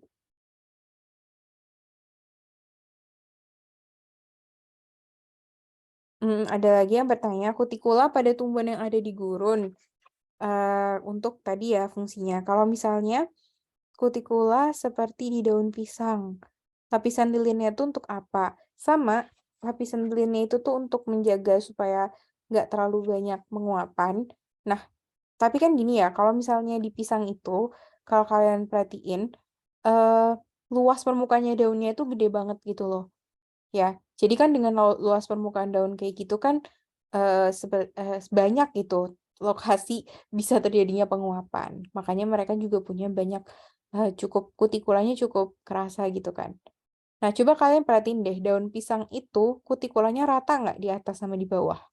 Maksudnya kayak di bagian daun yang atas sama di bagian bawah. Harusnya sih kalian itu akan merasakan kutikulanya licin, yang lebih licin tuh permukaan atas kan daripada permukaan bawah. Ya alasannya berarti sama dong. Tujuannya adalah biar permukaan atas yang lebih mungkin kena cahaya matahari itu tidak banyak membuat penguapan dibandingkan sisi bawah yang emang relatif nggak kena cahaya matahari. Itu salah satunya karena ingin mempertahankan kandungan air. Memang pisang itu jenis tanaman yang butuh banyak air gitu loh. Jadi meskipun dia kebanyakan memang hidup di hutan tropis yang udah banyak airnya, tapi dia tetap butuh untuk mengkonserv banyak air juga. Makanya kalau misalnya kita lihat batangnya pisang, itu kan dia banyak banget kan nyimpan air juga di sana. Tapi dia memang butuh sebanyak itu gitu. Karena uniknya adalah pisang itu tumbuhan monokotil ya. Jadi dia nggak punya apa namanya nggak punya tumbuhan monokotil itu kan sebenarnya jarang ya ada yang tinggi-tinggi, tapi kayak contohnya palem atau enggak sama pisang kayak gitu. Jadi mereka memang biasanya menyimpan banyak air gitu di dalam batangnya juga. Oke, nah sekarang kita akan ngomongin tentang transfer yang melibatkan floem, yaitu adalah transfer gula. Nah, seperti kita ketahui, yang namanya gula itu tuh sebenarnya istilah umum gitu ya. Maksudnya kita nggak ngomongin satu jenis gula. Di tanaman itu kebanyakan gulanya itu sebenarnya adalah fruktosa awalnya ya. Dia tuh bukan glukosa. Biasanya dia fruktosa awalnya. Tapi terus nanti dia bisa melewati eh, serangkaian produksi apa sih kok produksi sintesis ya, serangkaian langkah-langkah biosintesis. Jadi dari gula yang dia bikin itu dia bisa bikin beberapa versi gula yang lain, termasuk dia bisa menyusun amilum gitu. Jadi hasil langsungnya dari fotosintesis itu sebenarnya bukan amilum, karena amilum itu harus dirangkai dulu gitu kan. Kan karena amilum itu kan dia glukosa yang saling berhubungan gitu. Maksudnya dia kayak saling membentuk rantai yang panjang, jadi dia bisa menjadi cadangan makanan. Nah, tapi itu tidak langsung terbuat seperti itu gitu ya. Jadi sebenarnya agak salah sih kalau dibilang hasil fotosintesis itu adalah amilum, karena memang proses bentuk amilum itu masih lebih lama. Harus ngumpulin banyak dulu gula baru nanti tersusun amilum. Nah, eh, transfer dari hasil fotosintesis itu dinamakan translokasi. Ya, jadi yang akan kita pelajari habis ini itu adalah translokasi. Jaringan yang berperan itu namanya adalah floem. Jadi nanti ada source atau sumber di mana gula itu dibuat, terus nanti ada sink di mana gula itu tuh ditimbun gitu ya. Nah, jadi kalau kita pahaminya itu adalah sink itu tuh bisa banyak. Jadi kalau tadi kan perjalanan air sama zat hara itu kan jelas ya arahnya dari akar sampai ke daun. Tapi kalau misalnya perjalanannya phloem sap istilahnya, jadi kayak isinya dari phloem gitulah pokoknya, termasuk juga gula, itu perjalanannya phloem sap itu dari daun bisa ke mana aja gitu, tergantung sugar sink yang membutuhkan dia, bisa lebih tinggi dari dia, bisa lebih ke bawah, bisa ke mana aja pokoknya ya. Nah, memang phloem sap itu kalau dilihat teksturnya ya dibandingin yang ada di dalam silem itu jauh lebih kental, kayak gitu. Jadi karena dia itu kalau aku tadi bilang fruktosa ya, maksudnya sukrosa. Ya, jadi kebanyakan gula itu bentuknya sukrosa di dalam tanaman dan bisa kayak bahkan 30% dari semua phloem sap itu isinya sukrosa. Makanya sukrosanya itu bisa sukrosanya. Phloem sapnya itu bisa kental banget gitu ya. Nah, yang unik itu adalah nih, ada yang namanya aphid. Aphid itu adalah kutu daun ya. Jadi kutu daun di sini kan dia suka makanin phloem sap karena itu bergizi, banyak gulanya gitu. Suka tuh kutu daun untuk memasukkan stiletnya dia. Jadi kayak mulutnya dia yang panjang itu akan menusuk sampai ke elemen pembuluh tapis gitu. Jadi dia sampai ke yang banyak sapnya. Nah, ternyata selama dia makan, itu tuh ada yang kebuang, yaitu bentuknya sap droplet. Nanti sap droplet ini itu nanti bisa identifikasi kandungannya. Nah, jadi itu salah satu cara ilmuwan itu untuk meriksa tentang perubahan kandungan phloem sap dari tempat yang dekat source sampai ke tempat yang dekat sink, itu tuh mereka mengidentifikasi isi dari sap droplet dari aphid yang makan deket sama source sama dari aphid yang makan deket sama sink. Terus juga gradient di antara itu gitu loh. Jadi di sepanjang aphid itu tuh dikumpulin dropletnya, terus diidentifikasi komponen penyusunnya dari si droplet itu. Ternyata didapatkan hasilnya itu adalah semakin dekat aphidnya itu tuh makan ke sugar source, semakin tinggi konsentrasi gulanya dia. Nah, berarti di sini udah mulai ada petunjuk lagi nih tentang gimana sebenarnya gula itu tuh ditransfer. Berarti di sini gulanya itu tuh akan menuruni gradien konsentrasi dari si gulanya. Gitu kan? Karena dari yang awalnya si source itu berarti banyak gula diproduksi di sana, terus menuju ke sink, berarti di sana menunggu mendapatkan gula itu gitu.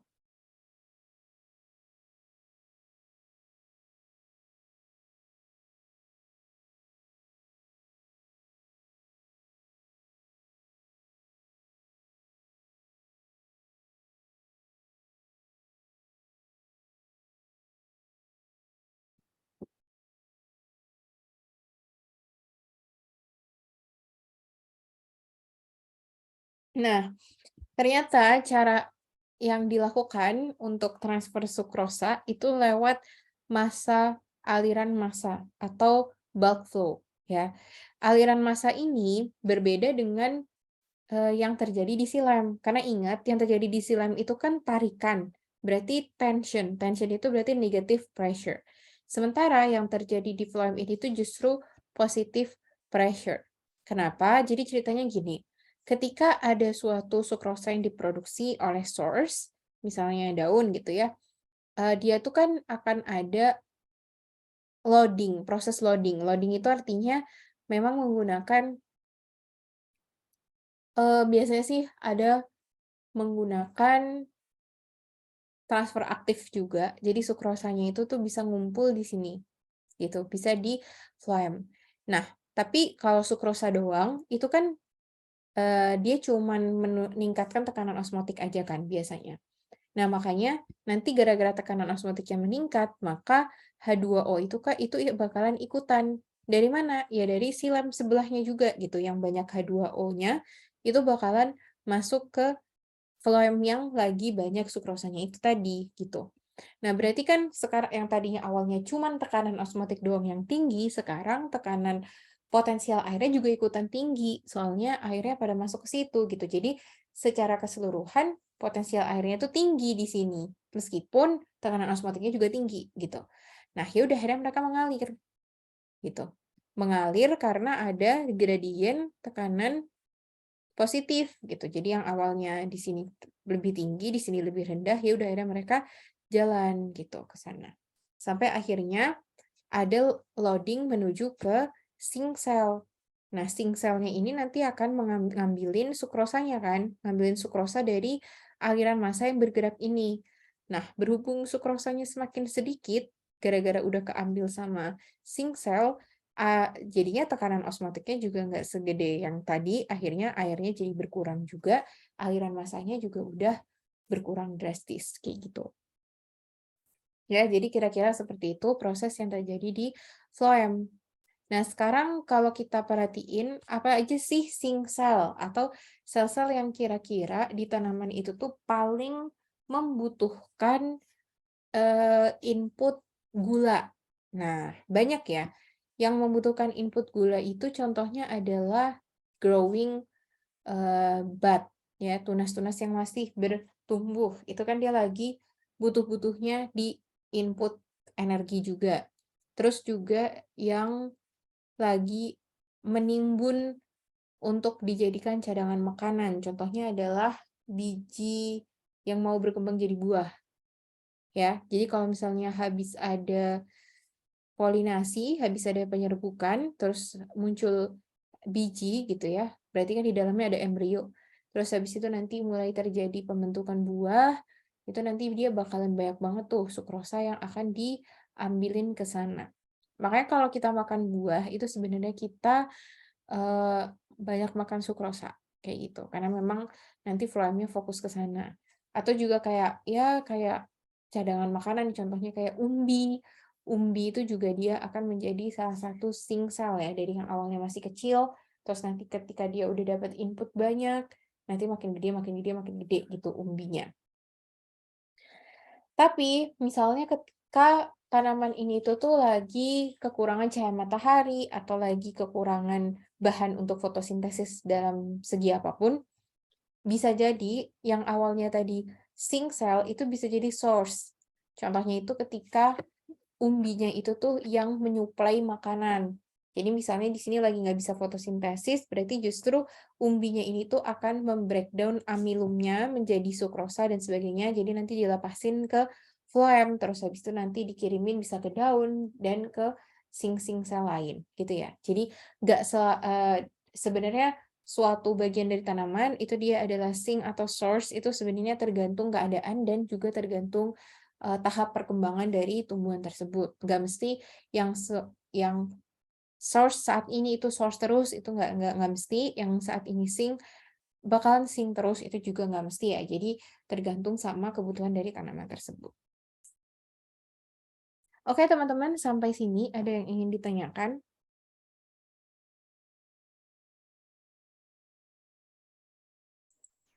Kak, izin bertanya. Boleh.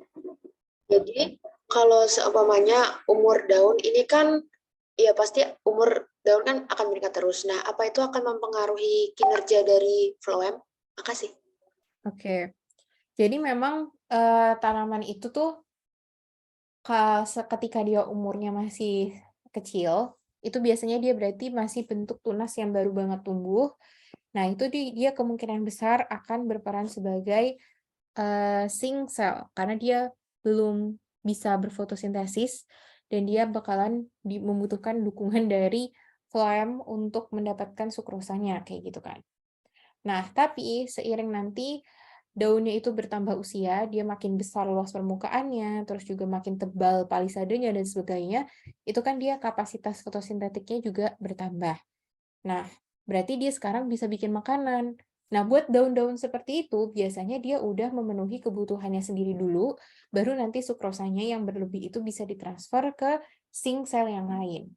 Jadi kalau kita perhatiin pohon yang daunnya itu udah gede, yang hijau banget dan sebagainya, kemungkinan besar mereka itu tuh benar-benar source aja gitu, karena mereka udah bisa memenuhi kebutuhannya sendiri, dan nanti kalau ada sisanya baru dikasih ke phloem, kayak gitu ya. Jadi kayak gitu. Jadi daun yang masih muda itu kebanyakan butuh bantuan dari yang lain untuk memenuhi nutrisinya dia, tapi kalau yang udah tua biasanya dia udah bisa berfotosintesis dengan kapasitas yang besar, jadi nanti dia bisa produksi terus buat dia sendiri, terus nanti bisa ditransfer ke yang lain juga.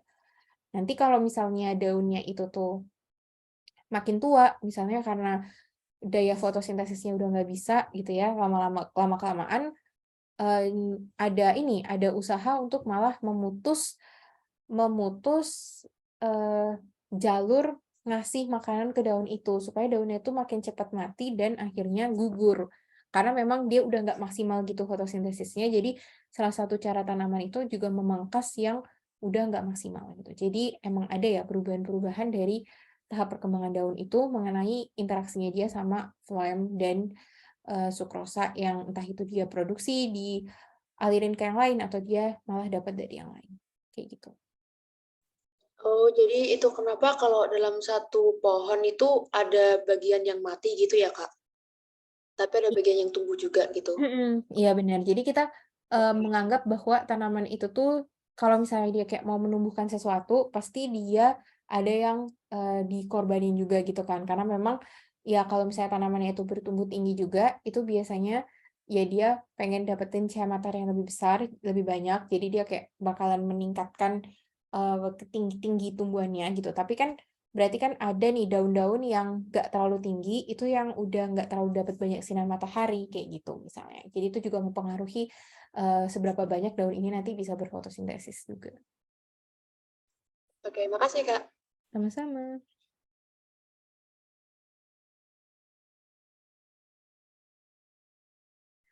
Oke, jadi itu ya tentang transfer di jaringan tanaman vaskular. Nah, jadi kalau misalnya sekarang aku akan bahas singkat aja tentang wait.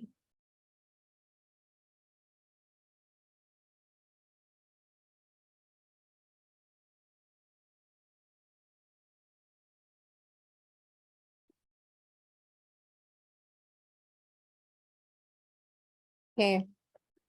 Nah, jadi em, kita akan bahas singkat tentang evolusi dan keanekaragaman dari tumbuhan.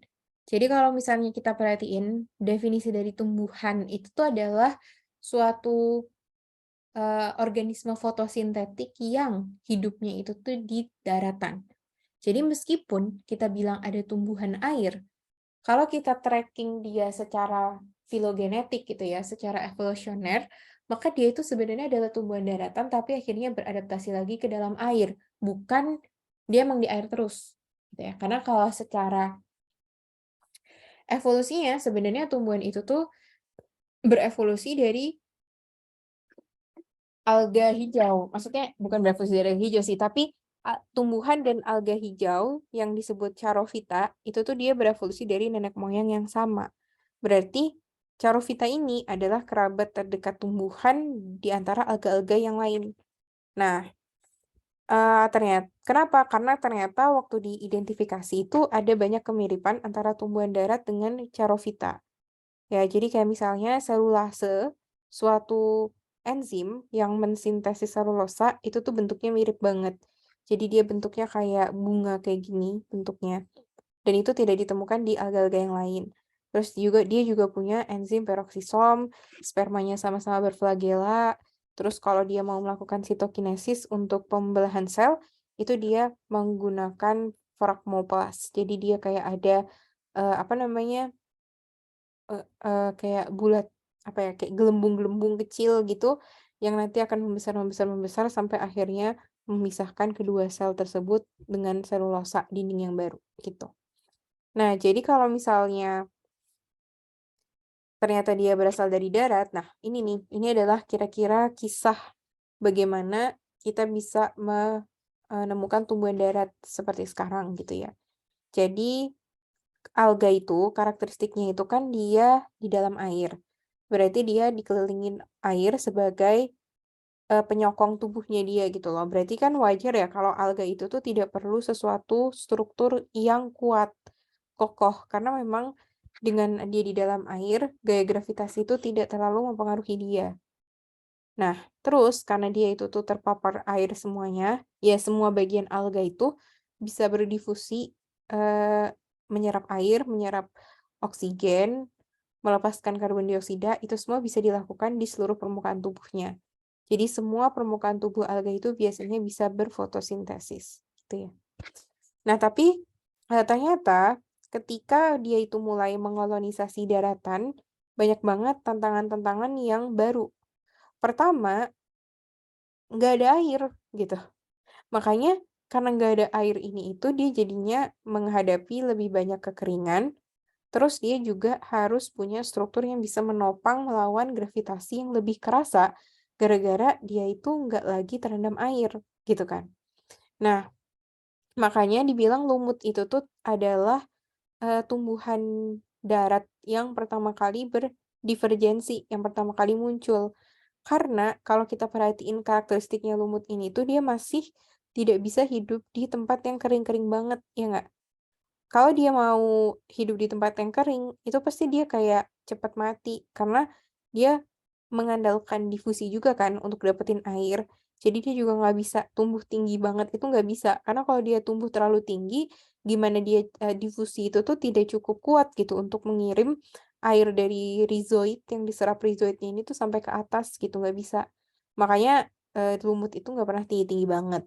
Terus juga karena spermanya berflagela, ya, jadi kalau misalnya spermanya itu mau membuahi suatu ovum untuk reproduksi, mereka harus mengandalkan butiran-butiran air untuk menghantarkan flagela ini tuh sperma ini sampai ke ovumnya.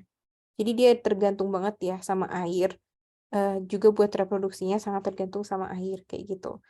Nah, terus habis itu dia itu udah mulai punya stomata, tapi cuman baru di sporofitnya aja, ya. Terus habis itu akarnya itu bentuknya itu masih primitif.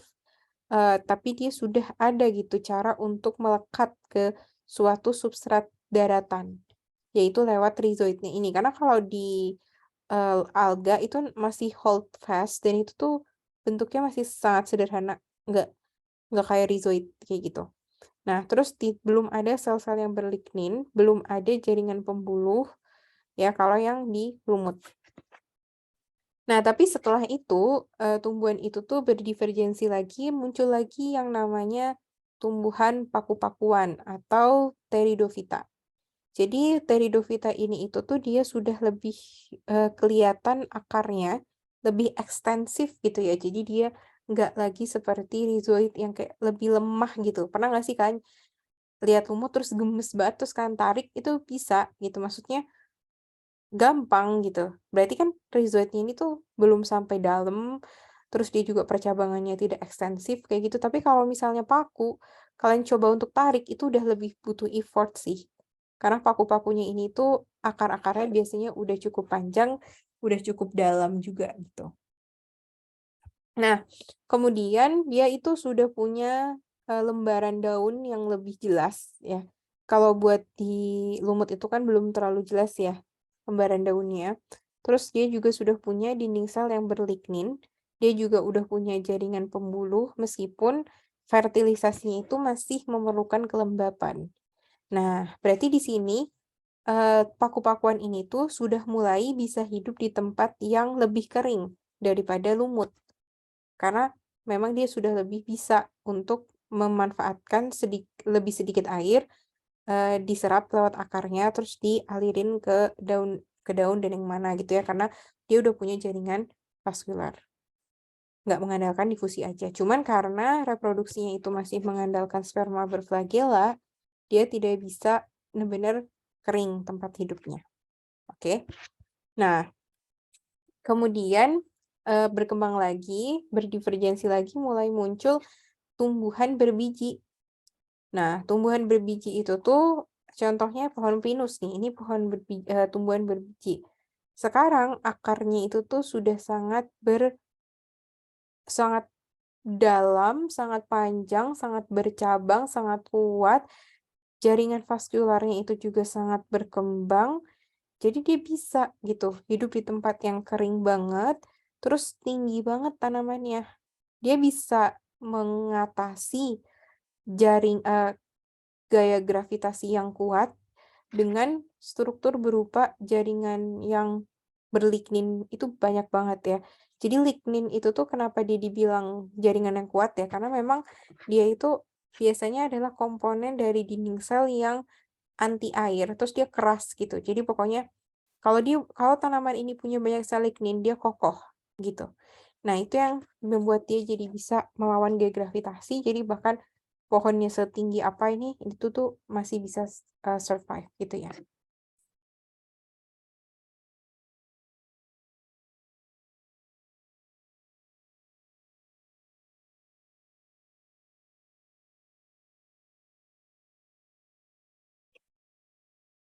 Oke. Nah, jadi, kenapa, tumbuhan itu berbeda dengan alga? Pertama, karena dia itu punya mekanisme untuk mengatur kelembapan. Kan secara umum kayak gitu ya. Alga itu nggak perlu mengatur kelembapan, orang dia kerendam air terus gitu kan. Tapi kalau misalnya tumbuhan ini karena dia punya ancaman terkena terik matahari dan kekeringan, maka dia harus pintar-pintar mengatur kelembapan. Contohnya dengan stomata dan lapisan kutikula yang tadi udah aku jelasin. Terus dia juga mendapatkan sumber daya dari dua lokasi gitu karena sekarang dia di daratan berarti dapetin airnya itu dari perakaran dalam tanah, terus mendapatkan karbon dioksida sama cahaya itu dia perlu dari atmosfer gitu kan. Berarti ada sistem tajuknya. Tajuk itu maksudnya yang tidak di dalam tanah yaitu batang sama daun kayak gitu. Nah, berarti harus ada nih jaringan yang menghubungkan antara keduanya yaitu adalah jaringan pembuluh. Itu dimiliki untuk menghubungkan antara sistem perakaran dengan sistem tajuk gitu ya. Terus dia juga punya penyokong tubuh gitu karena sekarang ada yang namanya sel-sel berdinding tebal namanya lignin. Nah, nanti lignin ini tuh bisa menyokong dan memperkuat tanaman. Kemudian secara reproduksi, tumbuhan itu tuh punya eh, cara untuk melindungi gamet serta embrionya dari kekeringan.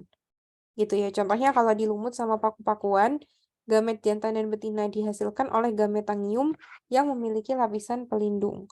Jadi contohnya itu di sini ada gamet betina dari si lumut ya, namanya Archegonium.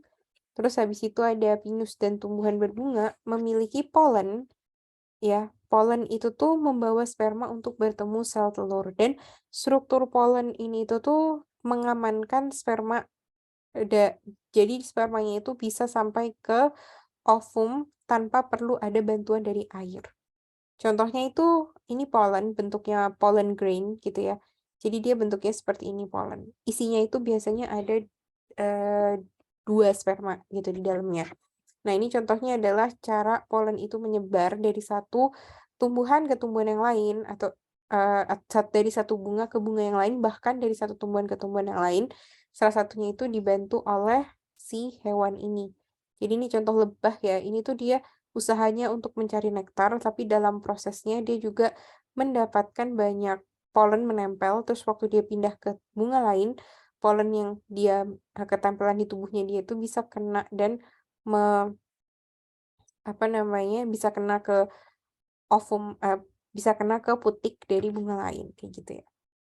Zigot pada semua tumbuhan berkembang menjadi embrio, menempel dan mendapat makanan dari induknya. Gitu ya. Jadi kalau misalnya sebelum tumbuhan itu nggak ada kayak gitu. Jadi kayak nggak ada ceritanya embrio itu tuh dilindungi dan diberi makan. Nggak ada. Nah, tapi kalau di tumbuhan itu tuh dirawat gitu loh embrionya sampai nanti dia dewasa. Ya. Terus dia juga memiliki mekanisme untuk persebaran keturunan. Contohnya lumut dan paku-pakuan itu dia bisa disebarkan melalui spora. Jadi kalau kalian lihat paku-pakuan itu tuh biasanya ada banyak sorusnya gini ya. Jadi kayak tempat kotak sporanya. Hati-hati biasanya kalau kalian menghirup itu dia kayak rasanya mau bersin aja gitu ya karena butiran-butirannya tuh banyak banget. Nah, itu dia kalau misalnya pecah sporangiumnya, sporanya ini bisa ke bawah angin, terus bisa nempel ke suatu tempat yang cocok, misalnya yang cukup lembab, akhirnya nanti dia berkecambah di sana. Terus juga pinus dan tumbuhan berbunga itu disebarkan dengan biji. Biji merupakan struktur mengandung embrio yang dilindungi kulit biji dan disebarkan dengan berbagai macam cara, bisa lewat angin, air, hewan. Nah, ini nih, kalian bisa amatin ini dari mana coba? seragam pramuka kalian ya enggak? Jadi tunas pohon kelapa itu sebenarnya ini adalah si bijinya. Ini biji kelapa, terus habis itu dia itu tuh udah mulai bertunas. Aku nggak tahu sih, kayaknya ada ya. Kalau waktu di pramuka itu kita belajar filosofinya gitu. Kenapa kok logonya pramuka itu pakai biji kelapa yang bertunas? Kenapa nggak bijinya doang atau kelapanya doang? Ya kayak gitu. Nah itu dia itu unik karena sebenarnya ini kan meskipun kelihatannya berat gitu ya, tapi dia itu tuh dalamnya itu ada rongganya yang berisi cairan gitu. Jadi dia bisa mengapung di air. Jadi nanti dia bisa disebar oleh aliran air, terus nanti ketika sampai ke tepi pantai dia bisa mulai berkecambah dan menjadi individu baru di sana.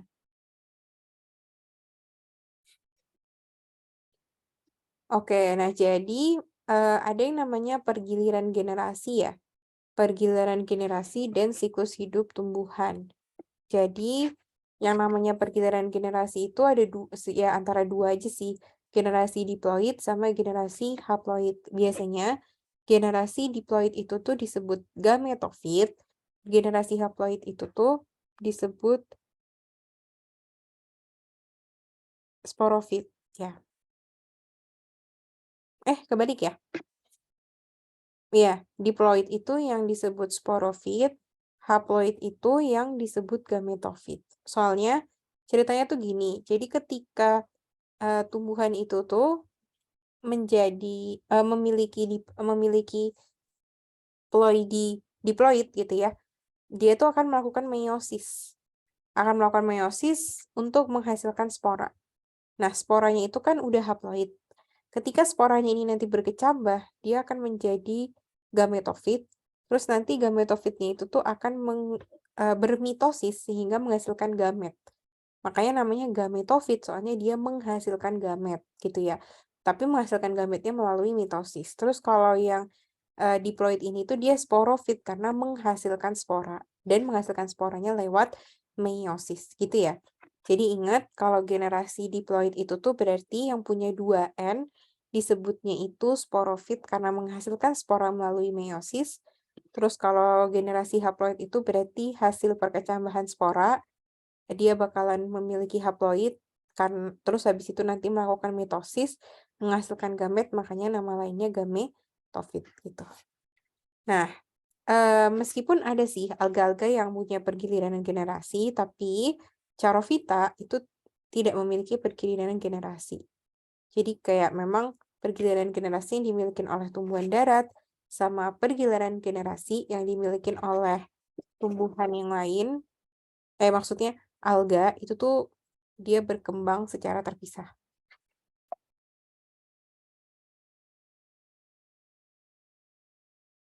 Nah, jadi diversitas tumbuhan mencerminkan sejarah evolusi dunia tumbuhan.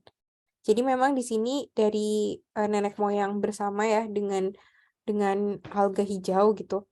Itu nanti dia akan berdivergensi menjadi tanaman tumbuhan darat pertama ya. Kira-kira itu adalah si liverworts atau apa lumut daun. Salah, lumut hati ya, lumut hati. Terus habis itu nanti dia akan ada lagi nih yang berdivergensi, muncul lumut tanduk. Habis itu nanti berdivergensi lagi, muncul lumut daun gitu. Jadi sebenarnya kalau kita perhatiin dari diagram dari pohon filogenetik ini, liverworts, hornworts, sama mosses itu tuh mereka bukan satu kelompok gitu ya. Jadi bukan dia muncul kelompok lumut, bukan. Karena mereka semua itu tuh terpisah sendiri-sendiri gitu. Terus baru muncul sekitar 425 juta tahun yang lalu tanaman yang memiliki jaringan vaskular. Ya, jadi ada kelompok Lycophyta, terus habis itu nanti ada kelompok Pterophyta. Gitu. Itu sudah termasuk tanaman yang punya vascular tapi belum punya biji. Nah, baru sekitar 360 juta tahun yang lalu muncullah tanaman yang memiliki biji, yaitu adalah gymnosperm dan angiosperm. Kayak gitu ya. Nah, jadi teman-teman, dari yang udah kita pelajarin tadi, aku pengen teman-teman dapat bayangan bahwa kita tuh bisa loh ngelogikain sesuatu yang kayaknya hafalan banget. Contohnya itu adalah tentang sejarah evolusi dari tumbuhan. Nah, mungkin sebelum ini teman-teman belajar sejarah evolusi tumbuhan tuh ya udah berarti kayak dihafalin mana yang muncul duluan. Tapi dari yang udah aku jelasin tadi, bisa dilogikakan. Pertama adalah, kuncinya adalah kalian harus tahu dulu dia itu asalnya dari mana. Misalnya, oh tumbuhan itu asalnya dari perairan gitu kan. Tumbuhan itu tuh bukan berasal dari daratan. Nah, berarti ketika dia itu nanti mengolonisasi daratan, berarti harus ada adaptasi-adaptasi yang mendukung dia. Karena daratan itu punya tantangannya masing-masing. Nah, jadi dari situ kalian nanti bisa melogikain kira-kira apa aja karakter-karakter turunan yang muncul gitu kan. Nah, jadi kayak gitu tuh menurut aku ngebantu banget sih, karena aku jadi memahami itu bukan ngafalin banget, tapi kayak benar-benar dipahami, dilogikain tentang bagaimana struktur itu tuh benar-benar mempengaruhi fungsi gitu ya. Itu memang kayak di biologi itu memang kayak gitu ya. Jadi kita belajar struktur sama belajar fungsi itu seharusnya beriringan. Jadi kita tahu strukturnya kayak gini, fungsinya seperti ini. Nanti itu akan mempengaruhi, nanti mereka akan berevolusi menghadapi tantangan yang seperti ini dengan adaptasi berbentuk struktur seperti ini yang fungsinya seperti ini. Kayak gitu-gitu deh. Jadi kalian bisa lebih melogikain semuanya gitu ya. Nah, ngomong-ngomong tentang gymnosperm versus angiosperm ya. Jadi itu ada masanya.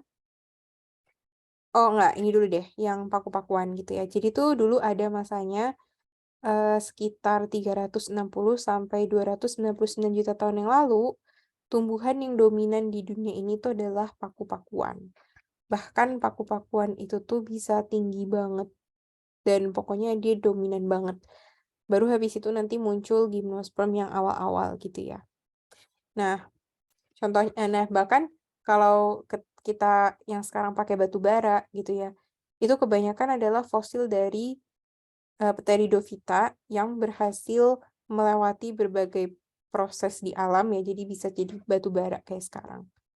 Nah, tapi tumbuhan berbiji itu tuh ternyata lebih unggul di masa sekarang.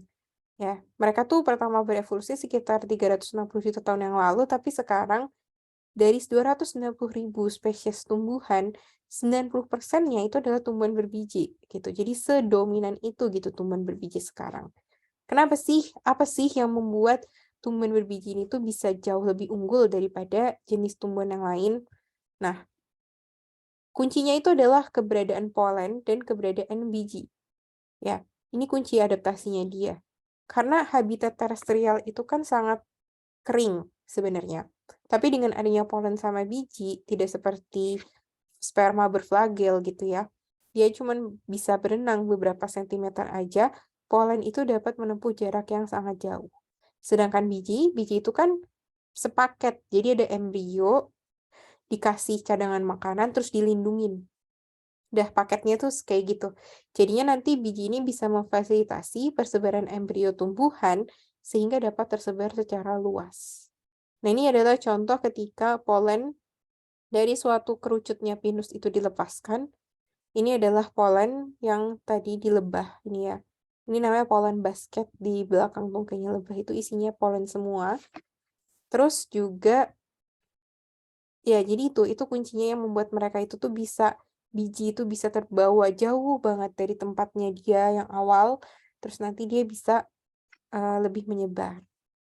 Nah, tapi bahkan angiosperma itu lebih dominan juga dari gymnosperm. Jadi di antara tumbuhan berbiji yang 90% itu dari 290.000, ternyata 250.000-nya itu angiosperma gitu ya. Kenapa sih kok angiosperma ini ternyata paling unggul bahkan dibandingkan dengan gymnosperm juga? Jadi karena dia itu tuh punya bunga gitu ya. Jadi bunga ini itu tuh dia akan sebenarnya bunga dari setiap angiosperm itu bisa beda-beda gitu ya. strukturnya itu sangat terspesialisasi, tapi intinya adalah karena dia itu punya bunga, maka dia itu juga akan bisa punya bentuk biji yang bermacam-macam, gitu. Jadi karena beragam banget bentuk bunga, akhirnya bentuk bijinya beragam juga, dan bentuk biji yang beragam itu ternyata memberi kesempatan seed dispersal atau penyebaran biji yang sangat beragam. Ini itu sebenarnya adalah buah loh. Ya, jadi kalau misalnya kalian pernah memetik biasanya bunganya ilalang kayak gini, ini bukan bunga, ini biasanya dia sudah dibuahi. Jadi ini semua adalah buah. Terus nanti kalau kalian tiup gitu kan, dia akan melayang. Nah, itu sebenarnya kita sudah membantu persebaran bijinya dia loh. Gitu kan, karena ini kan membuat dia bisa terbang. Terus habis itu misalnya buah kok lebur. Dia bisa nempel ke kulitnya hewan, terus nanti hewannya jalan-jalan, buahnya ikut tersebar. Terus juga biji di dalam buah yang mengundang suatu hewan untuk memakannya. Jadi nanti waktu hewannya makan, bijinya itu biasanya tidak ikut tercerna, jadi akan dikeluarin bersama feses kan. Itu juga akan menyebarkan bijinya, seperti itu. Oke, jadi itu kira-kira yang bisa aku sampaikan teman-teman. Kemarin aku dapat ide topik ini. Jadi kan karena kita kan pertemuannya nggak banyak ya. Jadi aku coba untuk mikir kira-kira materi apa ya yang bisa dijadiin satu. Ada bisa molnya, ada tumbuhannya, ada evolusinya ternyata. Itu aku kepikiran materi yang ini. Jadi semoga materi yang ini bisa bermanfaat dan kita ketemu lagi kemungkinan minggu depan ya, hari Sabtu kemungkinan kita bisa ketemu. Materinya apa? Kemungkinan materinya adalah Anfiswan gitu ya. Nanti aku kabarin lagi lewat admin kira-kira apa materinya, tapi kita coba untuk hari Sabtu ya belajarnya. Oke, segitu aja pertemuan kita kali ini. Terima kasih teman-teman. Wassalamualaikum warahmatullahi wabarakatuh. Waalaikumsalam warahmatullahi wabarakatuh. Makasih, Kak. Sama-sama.